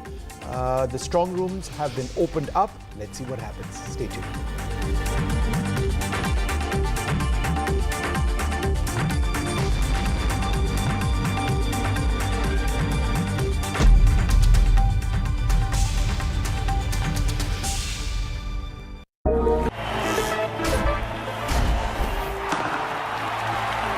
पता नहीं cricket का future कैसा होगा, पर ceiling fans का future पता है, because it's already here. Orient Aerosense with voice command. Alexa, switch on the fan. Orient BLDC fan, the future of fans. Get the magic of the best working for you now. Link your payment cards once, collect rewards forever.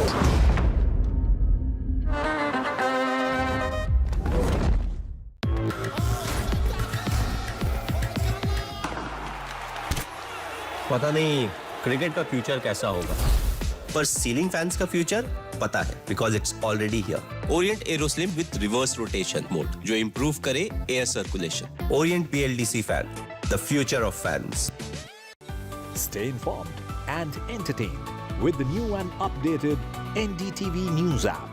You can watch all our channels live, listen to podcasts, read breaking and exclusive news from around the world and more. Download the NDTV app today and get access to the best journalism and storytelling on your smartphone or tablet. The NDTV app. News that matters to you. Stay informed and entertained with the new and updated NDTV News app. You can watch all our channels live, listen to podcasts, read breaking and exclusive news from around the world and more. Download the NDTV app today and get access to the best journalism and storytelling on your smartphone or tablet. The NDTV app. News that matters to you. A parent's favorite question to school kids. Result kya raha? An investor's favorite question to a startup. Result kya raha? Everyone's favorite question on a day of a cricket match. Result kya raha? India loves results, but this counting day, don't just know the result, understand it. Catch India's most important result out on June 4th on NDTV 24/7. Watch result kya raha on NDTV. Stay informed and entertained with the new and updated NDTV News app. You can watch all our channels live, listen to podcasts, read breaking and exclusive news from around the world and more. Download the NDTV app today and get access to the best journalism and storytelling on your smartphone or tablet. The NDTV app. News that matters to you. Election means NDTV. Chunav matlab NDTV. Chunav mane andre NDTV. Nirbachan mane NDTV. Ennikalu ante NDTV. Election habadi NDTV. Nirbachan mane NDTV. Nivaduk manje NDTV. Chuna rasai matlab NDTV. Teerdal enral NDTV. Chutni etle NDTV.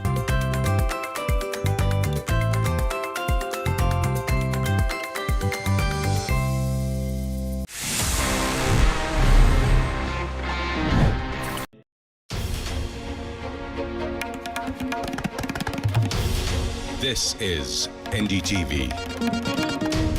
And you're watching NDTV 24/7.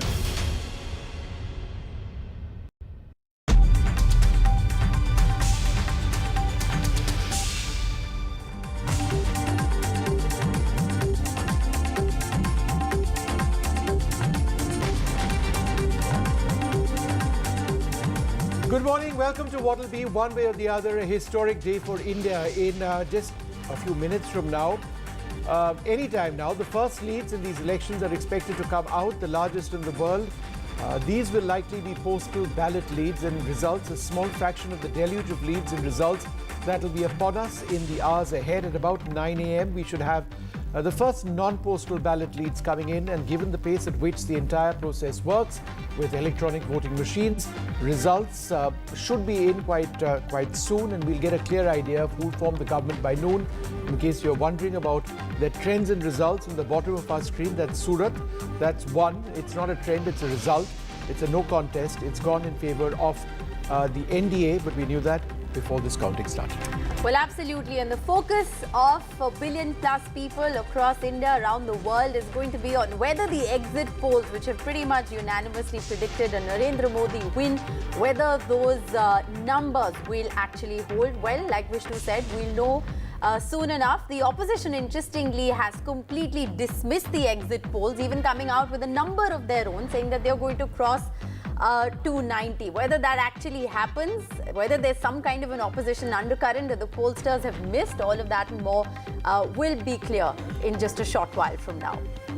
All right, well, there's some live shots which are coming in now of the process through which the electronic voting machines and the data therein is being tabulated. We'll bring you these images from across the country. But if the BJP does return to power, Narendra Modi will be only the second Prime Minister in India's history after Jawaharlal Nehru to win 3 times in a row. That's a staggering achievement if indeed it were to happen. Well, absolutely. And we will know all of that and more in just a short bit from now. NDTV will get you the most extensive coverage of the numbers from ground zero with our team of reporters who fanned out across the length and breadth of India. We'll be getting you all the big voices as well as the latest from the counting centers. So stay tuned for all that and more. Vishnu, first up, let's take a look at the headlines. Well, it is well and truly D-Day. The Lok Sabha polls counting has now begun. The Prime Minister eyes a historic third term. The opposition hopes to prove exit polls wrong. That's the big story. Well, the exit poll numbers, if they are to be believed, have predicted a huge win for Prime Minister Narendra Modi. So is there indeed a Modi wave for the third term and counting, or is there an opposition undercurrent that the pollsters have missed? A crucial meet of the BJP ahead of the results. The BJP chief, Mr. JP Nadda, calls a meet on counting day. All eyes will be on the 5 states across the south of India as the BJP aims to breach the southern citadel. The exit polls predict that Prime Minister Modi's south push will pay off. Well, will it translate into vote share or actual numbers is the big question. But in all this excitement about the Lok Sabha process, let's not forget that there are fascinating assembly elections taking place as well, the results of which will be known. Counting for the Odisha assembly polls will be out today as well. The results will be out. Will Naveen Patnaik win for the 6th straight time? It's a key BJP versus BJD contest in Odisha at so many levels. Well, simultaneous elections in Andhra Pradesh as well, so counting will begin there in a short while from now. Is there a second term for Jagan Mohan Reddy or not? It's a tough fight from the TDP, Janasena, BJP combined. Central forces have been deployed in Andhra Pradesh to prevent any post-poll violence. All right, lots of videos coming in now from across the country as the process of tabulating these results actually come in. Remember, electronic voting machine results are being tabulated, but also postal ballots. Postal ballots apply, of course, to our armed forces or government representatives who are abroad, who have been allowed to manually vote the old-fashioned way in these elections.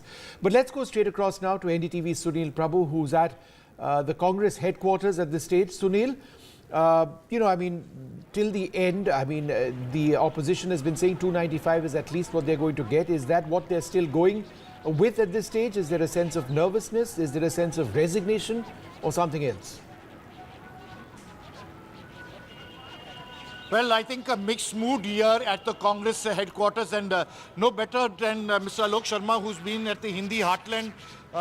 Do you agree with the exit polls in terms of, are you conceding already defeat?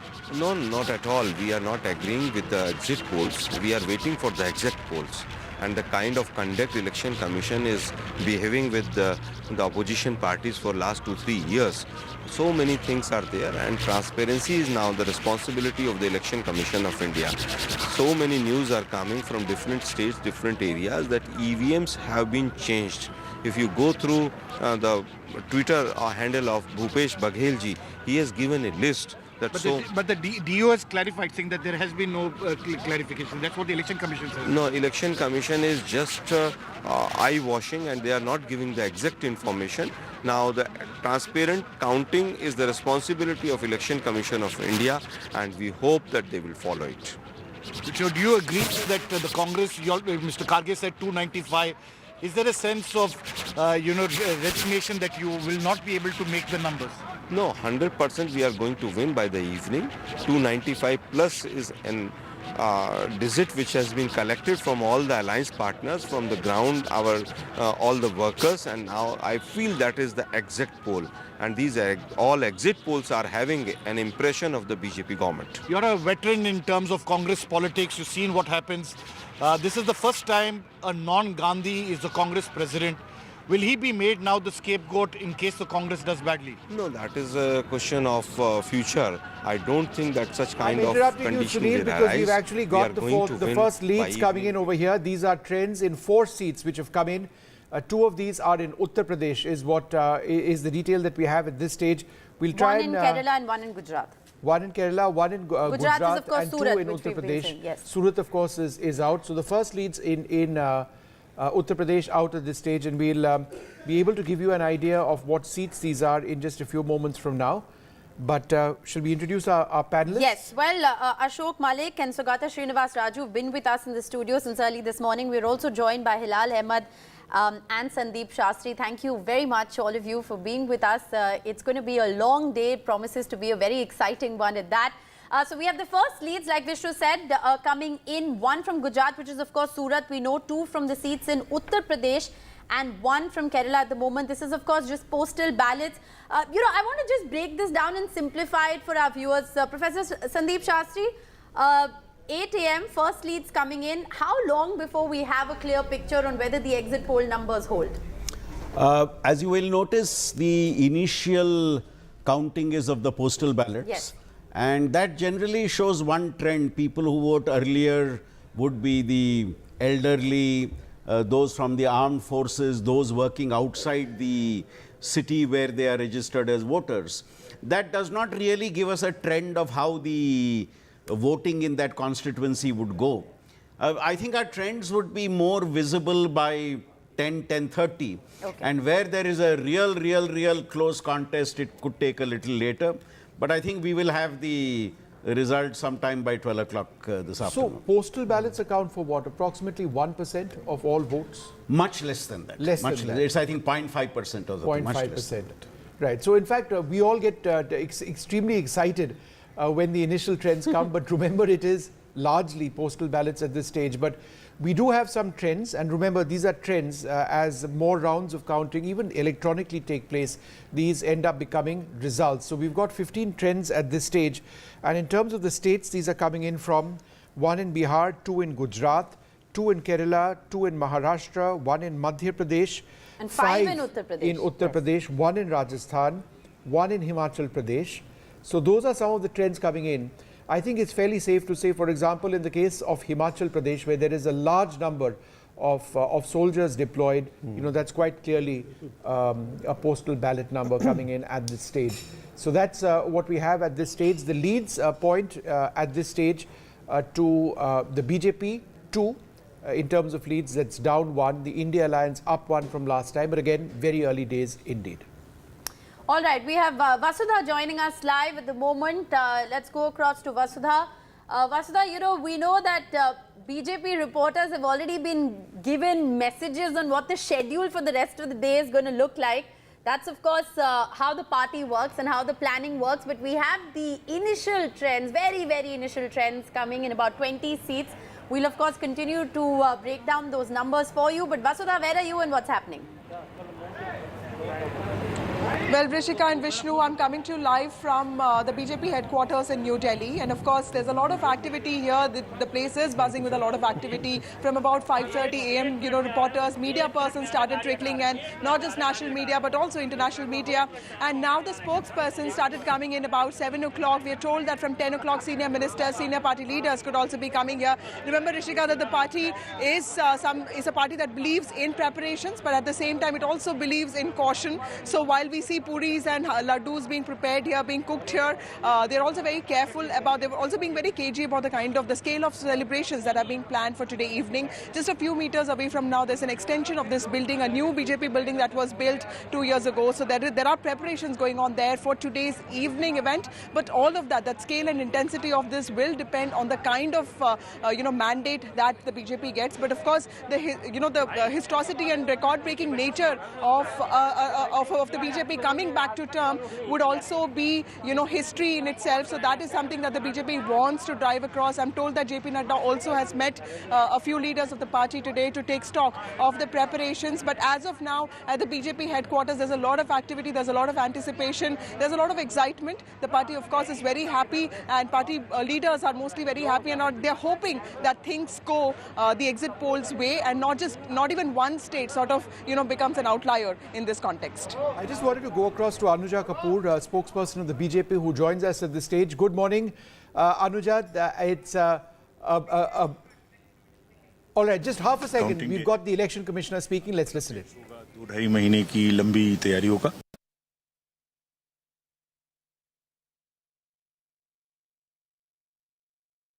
that bite in just a moment. Anuja Kapoor joins us at this stage. Anuja, are you nervous at all? Don't tell me you're not a little bit nervous.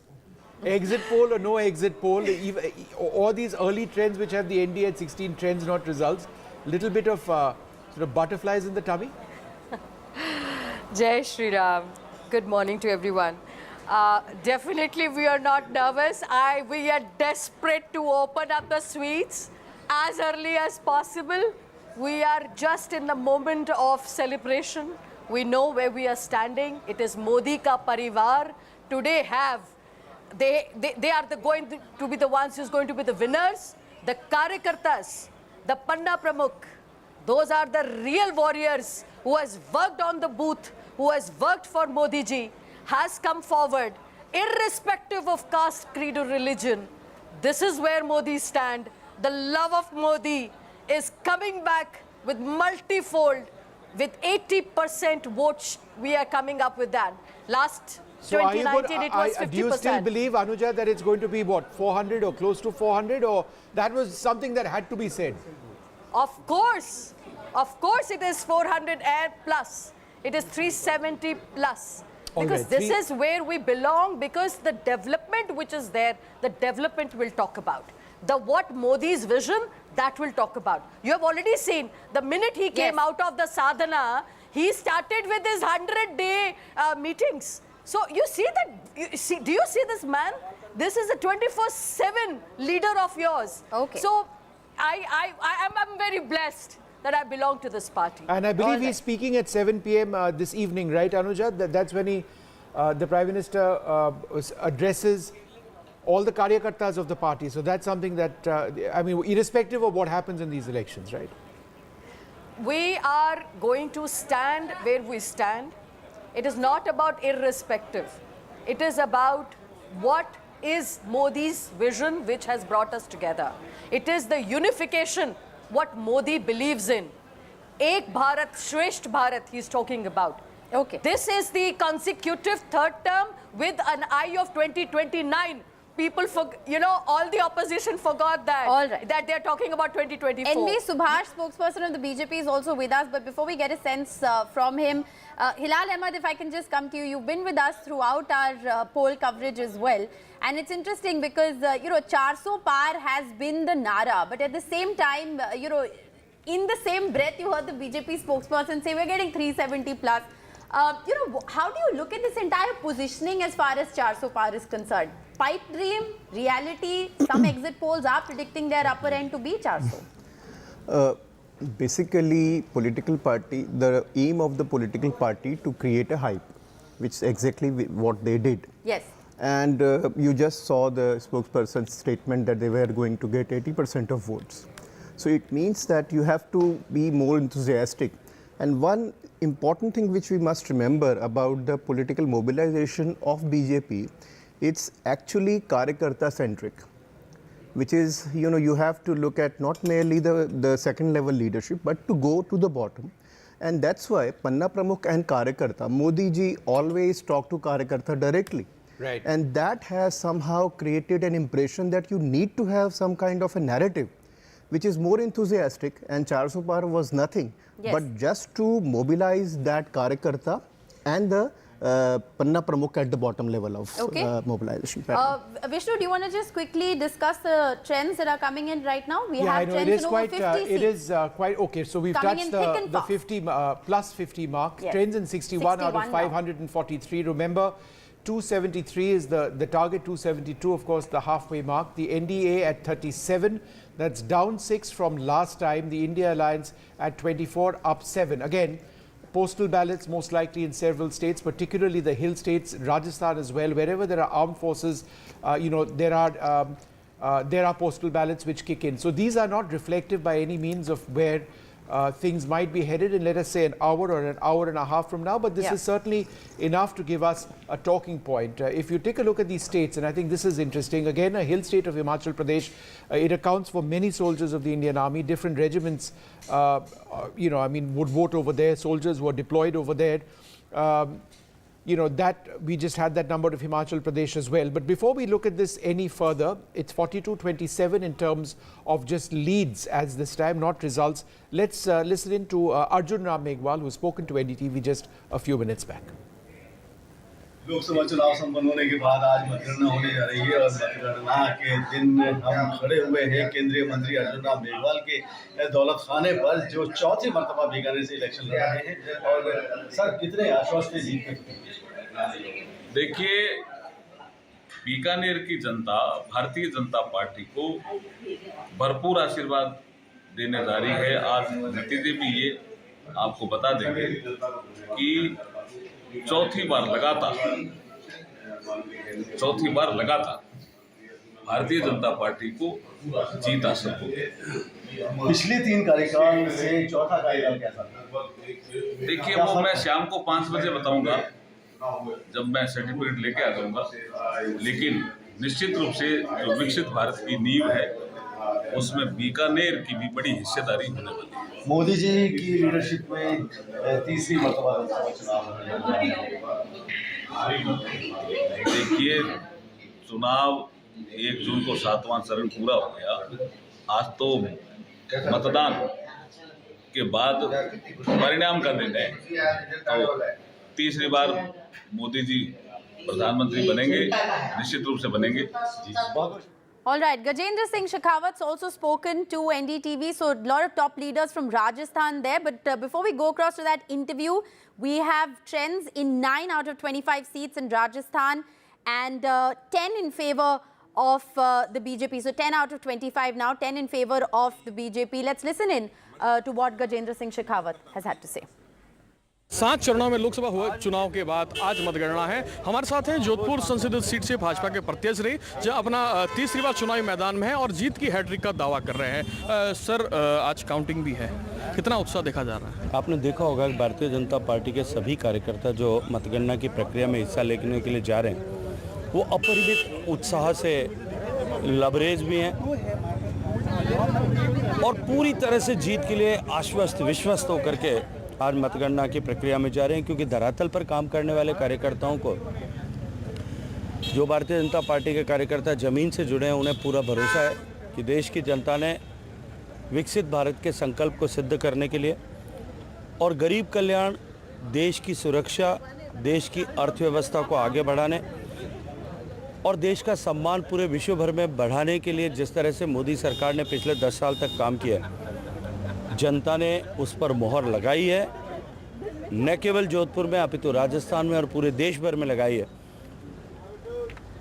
इसलिए Bharatiya Janata party का कार्यकर्ता एक असीम विश्वास के साथ में आज मतगणना की प्रक्रिया में जा रहा है और मुझे पूरा भरोसा है कि भारतीय जनता पार्टी विजयी होगी। भारतीय जनता पार्टी प्रचंड बहुमत के साथ में विजयी होगी। जो नारा देश की जनता ने हमें दिया था कि अब की बार 400 का पार, और 400 के पार को सिद्ध करने के लिए जिस तरह से देश के भारतीय जनता पार्टी के देश भर के कार्यकर्ता जुटे थे, आज वो संकल्प सिद्ध होगा। Just to explain, Rishika, to our viewers what exactly we are looking at. 543 total number of seats, 110 trends right now, and you might be asking, but could all 110 be postal ballots? And the point, and Professor Shastri will come in on this in just a few moments, is that why not? These could be postal ballots, or are likely postal ballots, spread across the country, because postal ballots have been voted upon across the country. Yes. And so these reflect just a small number of the total percentage of votes in every seat across the country. Is that right? Vishnu, you are right in saying that. What we are seeing now is the postal ballots in around 110, 112 constituencies. Yes. And this is normally completed in the first half an hour to 40 minutes. As you also said, it could be variation across constituencies. Yeah. In some constituencies, you would have much more postal ballots, where you have more cases, especially as was mentioned, constituencies where armed forces voters or security voters are more. Yes. They would have already cast their ballot beforehand. So it varies from constituency to constituency. How does one actually count postal ballots? It's manually done? Are there a couple of rounds? Yeah. It's manually done. So 3 rounds? Ballot Yes. paper, 3 rounds of checks and cross checks, right? So it does take a little bit of time. It does. I want to just also very quickly look at the numbers that are coming in. These are postal ballots, like Professor Shastri has also just explained. But if you look at some of the numbers right now, Maharashtra, India leading in 5, NDA 7. But if you look at Haryana, India 4, BJP 1, I think that is one of the very interesting things. It's also very interesting to see that it's 1 and 1 in Assam. And if you look at Uttar Pradesh, I just had the Uttar Pradesh numbers also. It was very interesting in Uttar Pradesh because Vishnu, it is 17 to 11. So 11 for India and 17 for NDA. We know these are just postal ballots, but very quickly, first reactions, how are you looking at the numbers? If these translate into actual results, then certainly the India Alliance has put up one heck of a fight. Yes. Must add that word of caution. Caution, In of course. every election It's till only now, 20 minutes. we have seen that the postal ballots It changes arouse completely. a lot of excitement, but the actual trend becomes We much should have a different big later. ticker saying warning, these aren't it. Health warning with exit polls, health warning with postal ballots, but still, initial reactions to the numbers that are coming in, because it's interesting, the numbers that are coming in. If the postal ballots are mirroring our exit poll, then I think it's more or less coming the way that the exit poll predicted. Okay. Do you agree? Ashok Malik? No, I mean, obviously these, look, I don't take postal ballots as indicative of anything, because the sheer number of postal ballots is very, very small. And I would be extremely cautious in drawing any larger conclusion. Right. Okay, let's go across to NDTV's Pratibha. who joins us now from Bengaluru. Pratibha, go ahead.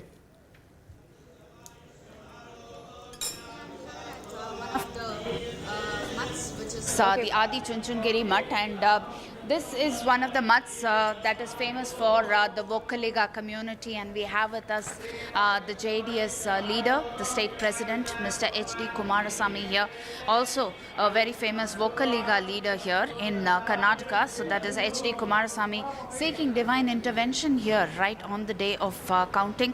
In fact, just a couple of days ago, he was at one of the resorts here after a marathon election campaign that he partook in. Plus, we were talking about how the first phase of the election that was witnessed in Karnataka was more about Modi guarantees as well as the Congress guarantees. And then during the next phase of the election, we had one of the most controversial issues of Prajwal Revanna doing the rounds here. Let me see if I can actually get a word or two from Mr. Kumarasamy. Sir, one word from you with respect to the counting. How nervous or how hopeful are you? There is no question of nervous. There is no question of nervous. We are totally full confidence. We are going to win the elections. All our candidates from BJP and JDS, they will win. Kumarasamy, extremely hopeful all our candidates will win the election. Sir, one of the most controversial issues has been the Prajwal Revanna issue. There also we will going to win the election. After the election results, what are the decisions we have to take, we'll take. That was Mr. Kumarasamy talking to us about how there will be a decision that will be taken after the election results based on what transpires with respect to the Prajwal Revanna issue. Well, massive crowd here with respect to everybody trying to get a word or two from Mr. H.D. Kumarasamy there. So there he is talking much more on the election results today.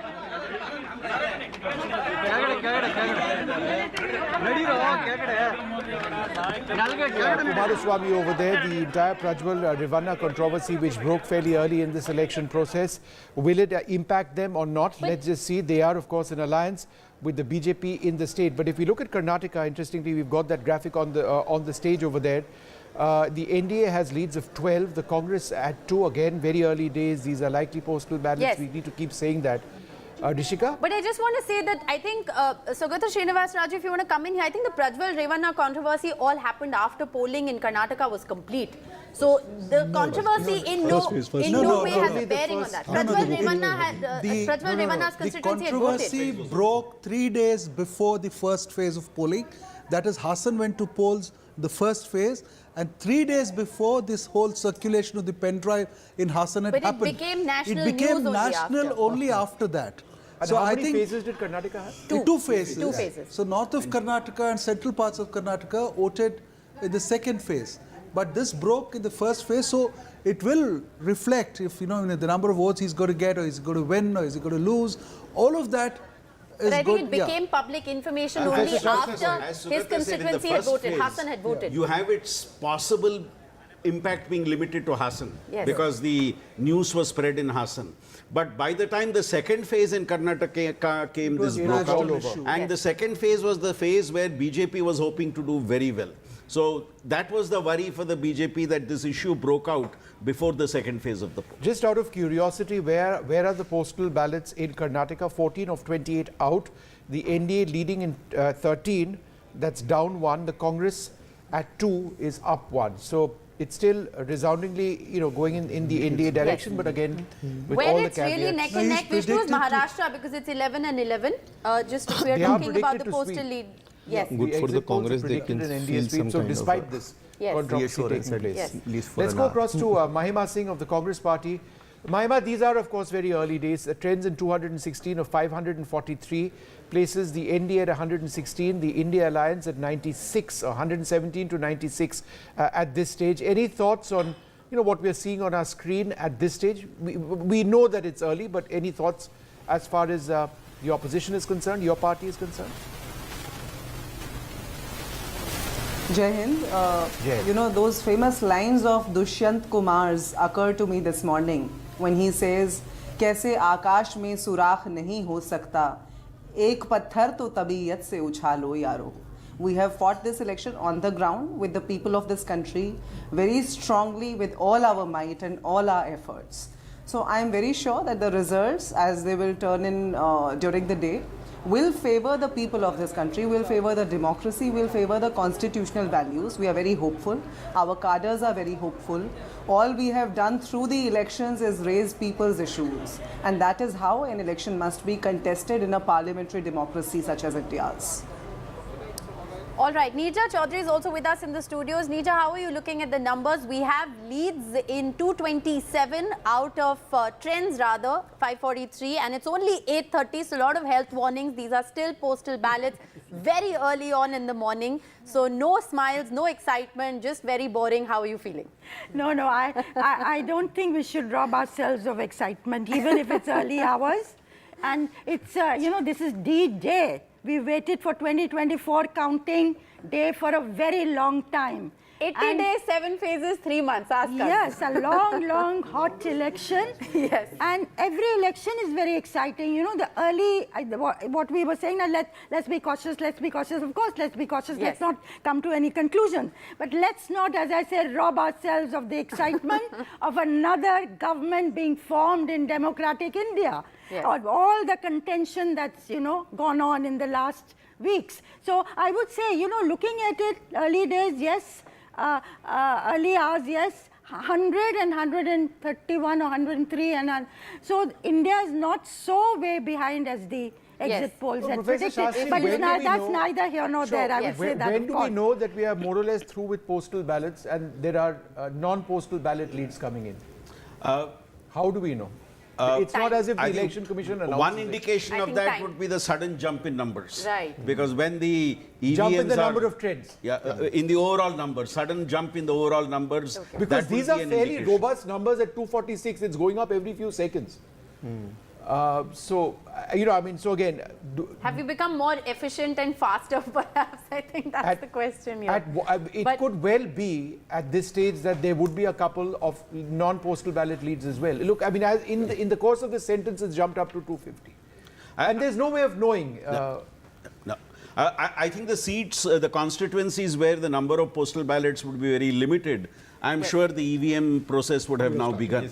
And it's very difficult to say in which constituencies the postal ballot count has ended and in which constituencies the EVM's data has started coming out. That would be very difficult to say at this stage. But by 9, we can surely say that the postal ballot would be done and everywhere it's the EVMs which are being reported. Coming in.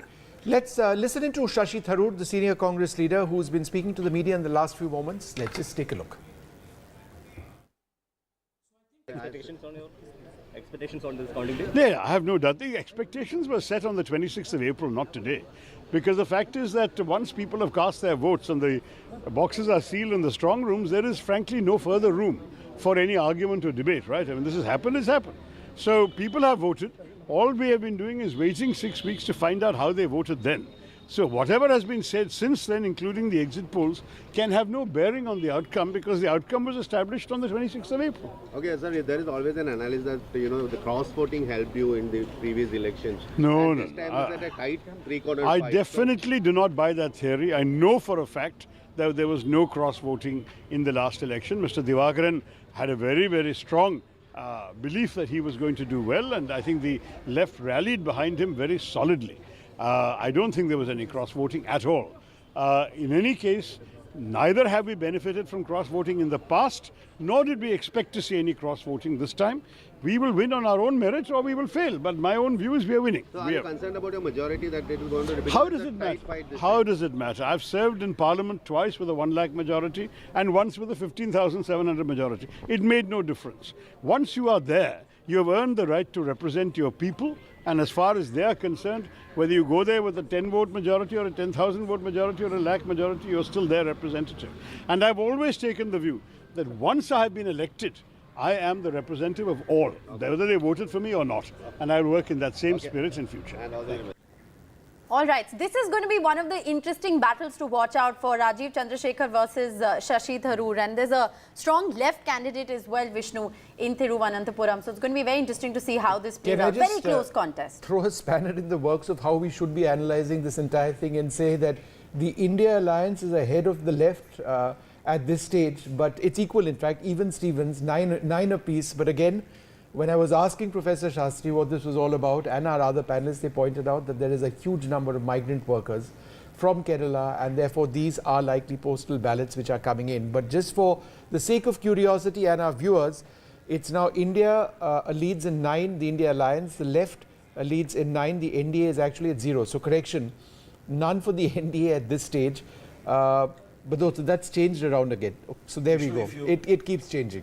It's changing around. Professor Shastri. If you notice, the gap between the NDA and the India Alliance is slowly increasing. Increasing, yes. You saw a much smaller gap in the beginning, but now that gap is going bigger. As ballot boxes are being as ballot boxes, as the EVMs are being opened, it's so now we can say that we're gradually shifting from the postal ballot to the ballot boxes. All right. We have Radhika Ramaswamy joining us live from Accounting Centre. Harsha Kumari Singh also joining us at the moment. Radhika, to you first. You're at a major counting centre. Give us a sense of what's happening there.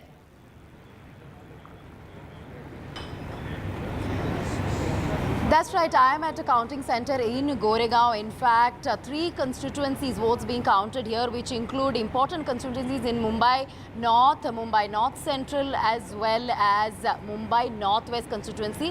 Of course, Mumbai North is from where Piyush Goyal is contesting. It could be a cakewalk for him because North had been a BJP bastion of sorts. He's contesting against Congress. As far as Mumbai is concerned, it's BJP versus Congress in 2 seats and Sena versus Sena in 3 seats. And what we are hearing now is, as far as Mumbai Northeast is concerned, where it is a contest between BJP and UBT Sena, which is Mihir Kotecha versus Sanjay Dina Patil. Looks like Sanjay Dina Patil at the moment is having a lead. So Uddhav Sena having a lead. Also, we are hearing that this is a close contest. That's what exit polls have been saying. 11-11 is what we are hearing at this point. Of course, too early to speak about, the results as of now. In favor of India. As we've been predicting, as a result of the change in political landscape, this time what we are seeing is a very close contest between the newly formed alliances, between Mahayuti as well as MVA.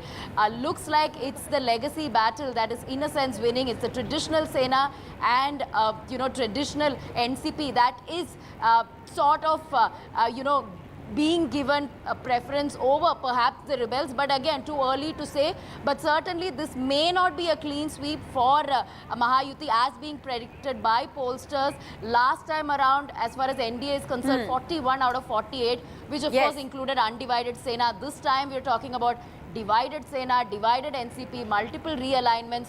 So this is going to be a keenly watched result as far as Maharashtra is concerned, and could be very, very neck to neck. You know, what's going to be very interesting to see in Maharashtra as well is the margins, Vishnu, because given how fascinating the battle is, it's going to be very interesting to see what the margins are going to look like. But this is a fairly remarkable story, because I suspect at this stage you'd be probably getting a couple of leads as well, not just postal ballot results and leads. And so therefore, I think before we go across to Harsha, Rishika, I think it's interesting to take a look at the overall number. Yes. And this overall number, the large number of which would be postal ballots, but also a couple of non-postal ballot leads coming in at this stage, indicates for the India Alliance that they're actually up at this stage by 43 from last time around. The NDA down 33. Now, this trend by itself doesn't necessarily augur that badly for the NDA. They may still end up well above the magic mark. They are still very much on course at this stage. But I think even if these are leads with postal ballots and a couple of leads thrown in, this would be encouraging. I think that's the word which can be used for the India Alliance. Nija, how would you look at this? Postal ballots and a couple of leads coming in for both the 35 minutes. It is early days. We've seen one group or another overtake, the other one. So I think I would say on that to come to any conclusion. But overall, what it's telling you is not a runaway success of 400 plus. If you go at this rate, we may not go at this rate as we progress into the counting. But let's see. but it's becoming quite interesting. Sitting here at this moment. 41 seats are up. 2019 figures, you know, it's 41 seats. Even if you go by now 40, postal year, and NDA down 40, 31, yeah. even That's if these are postal trends. Vishnu, I would still be a little cautious at this stage. Yes. Because I remember in 2019 and 14, there was a lot of excitement because of this initial. We will have to wait till around 9:30 for the trends. Yes, well, it's only 35 minutes into counting. There are also early we should trends allow as him far some as excitement. You know, I mean, that's Hilal, positive. how would you take no, a look? Professor Shastri has told us no excitement, so we're taking that very but Hilal, your thoughts I go on with Professor Shastri. You go with him. No, So you're no playing very excitement. safe over here, Hilal. No, whatever he says, Okay, right? I want to There's a just say reaction, we I have think. we have a reaction coming in from Omar Abdullah. But speaking of Jammu and Kashmir, trends in 4 out of 5 seats in favour of India. India leading in 3 and BJP in 1 at the moment. But let's listen into what Omar Abdullah has said. Important elections for the National Conference, particularly you. Important elections for the nation. It's a general election. It will decide the course of the next 5 years. Of course, for Jammu and Kashmir, a big election. So let's hope for the best. Confident for your victory? Quietly so. Thank you. Such important elections these in Jammu and Kashmir, particularly given the voter turnout, which has been so large. Yes. If there's been one of the major successes in this entire election process has been people coming out to vote without fear. That's been a huge factor in elections in the past, and irrespective of who does well, the fact that we've got a security situation across large parts of Jammu and Kashmir, which have actually allowed that, I think is a huge takeaway. The highest in 4 decades, Vishnu. Incredible, absolutely. But let's go across to Harsha Kumari Singh right now. Harsha monitoring all these leads and results very closely. Harsha, the latest we have 21 out of 25 seats. These are leads, largely postal ballots, presumably 14 for the BJP, India at 7. For the BJP means that it's 6 down from last time. But Rajasthan is a state where we've got the BSF, we've got the Indian Army, so postal ballots would certainly constitute an important part, right, Harsha? Also, Harsha, these leads very interesting given the fact that the BJP is eyeing a 25 on 25 hat-trick this time around. They've clean swept in 2014 and 19. Well, yes, and unanimously I've looked at all the exit polls, and our sense on the ground also is that Rajasthan is one of the few states where the Congress can actually hope to open their account. So I think perhaps these early leads could be indicative, though of course I don't know how much we're going to get out of Congress leaders. Mr. Ashok Gehlot unfortunately is down with a slip disc, so he's been advised bed rest, but I'm sure if the party does quite well, he will at least give us a bite. And Sachin Pilot, surprisingly, is in Delhi, so maybe someone can go off to his residence and get something from there. But yes, on a more serious note, Vishnu, I think, the issue in Rajasthan is not so much the 25 out of 25, but really the litmus test for the new leadership. Remember, Rajasthan is one of the states where the BJP central leadership has experimented. They've edged out Vasundhara Raje. They've put in little-known Bhajan Lal as the chief minister. Has this government been able to perform or not in the past 4 months? I think that's something that the people would also have voted when they went in to vote in the first phase. And remember, in the first phase, the voting actually dropped alarmingly. It was almost 5 to 6% down. So that was definitely a cause of worry. Of course, big faces from the BJP.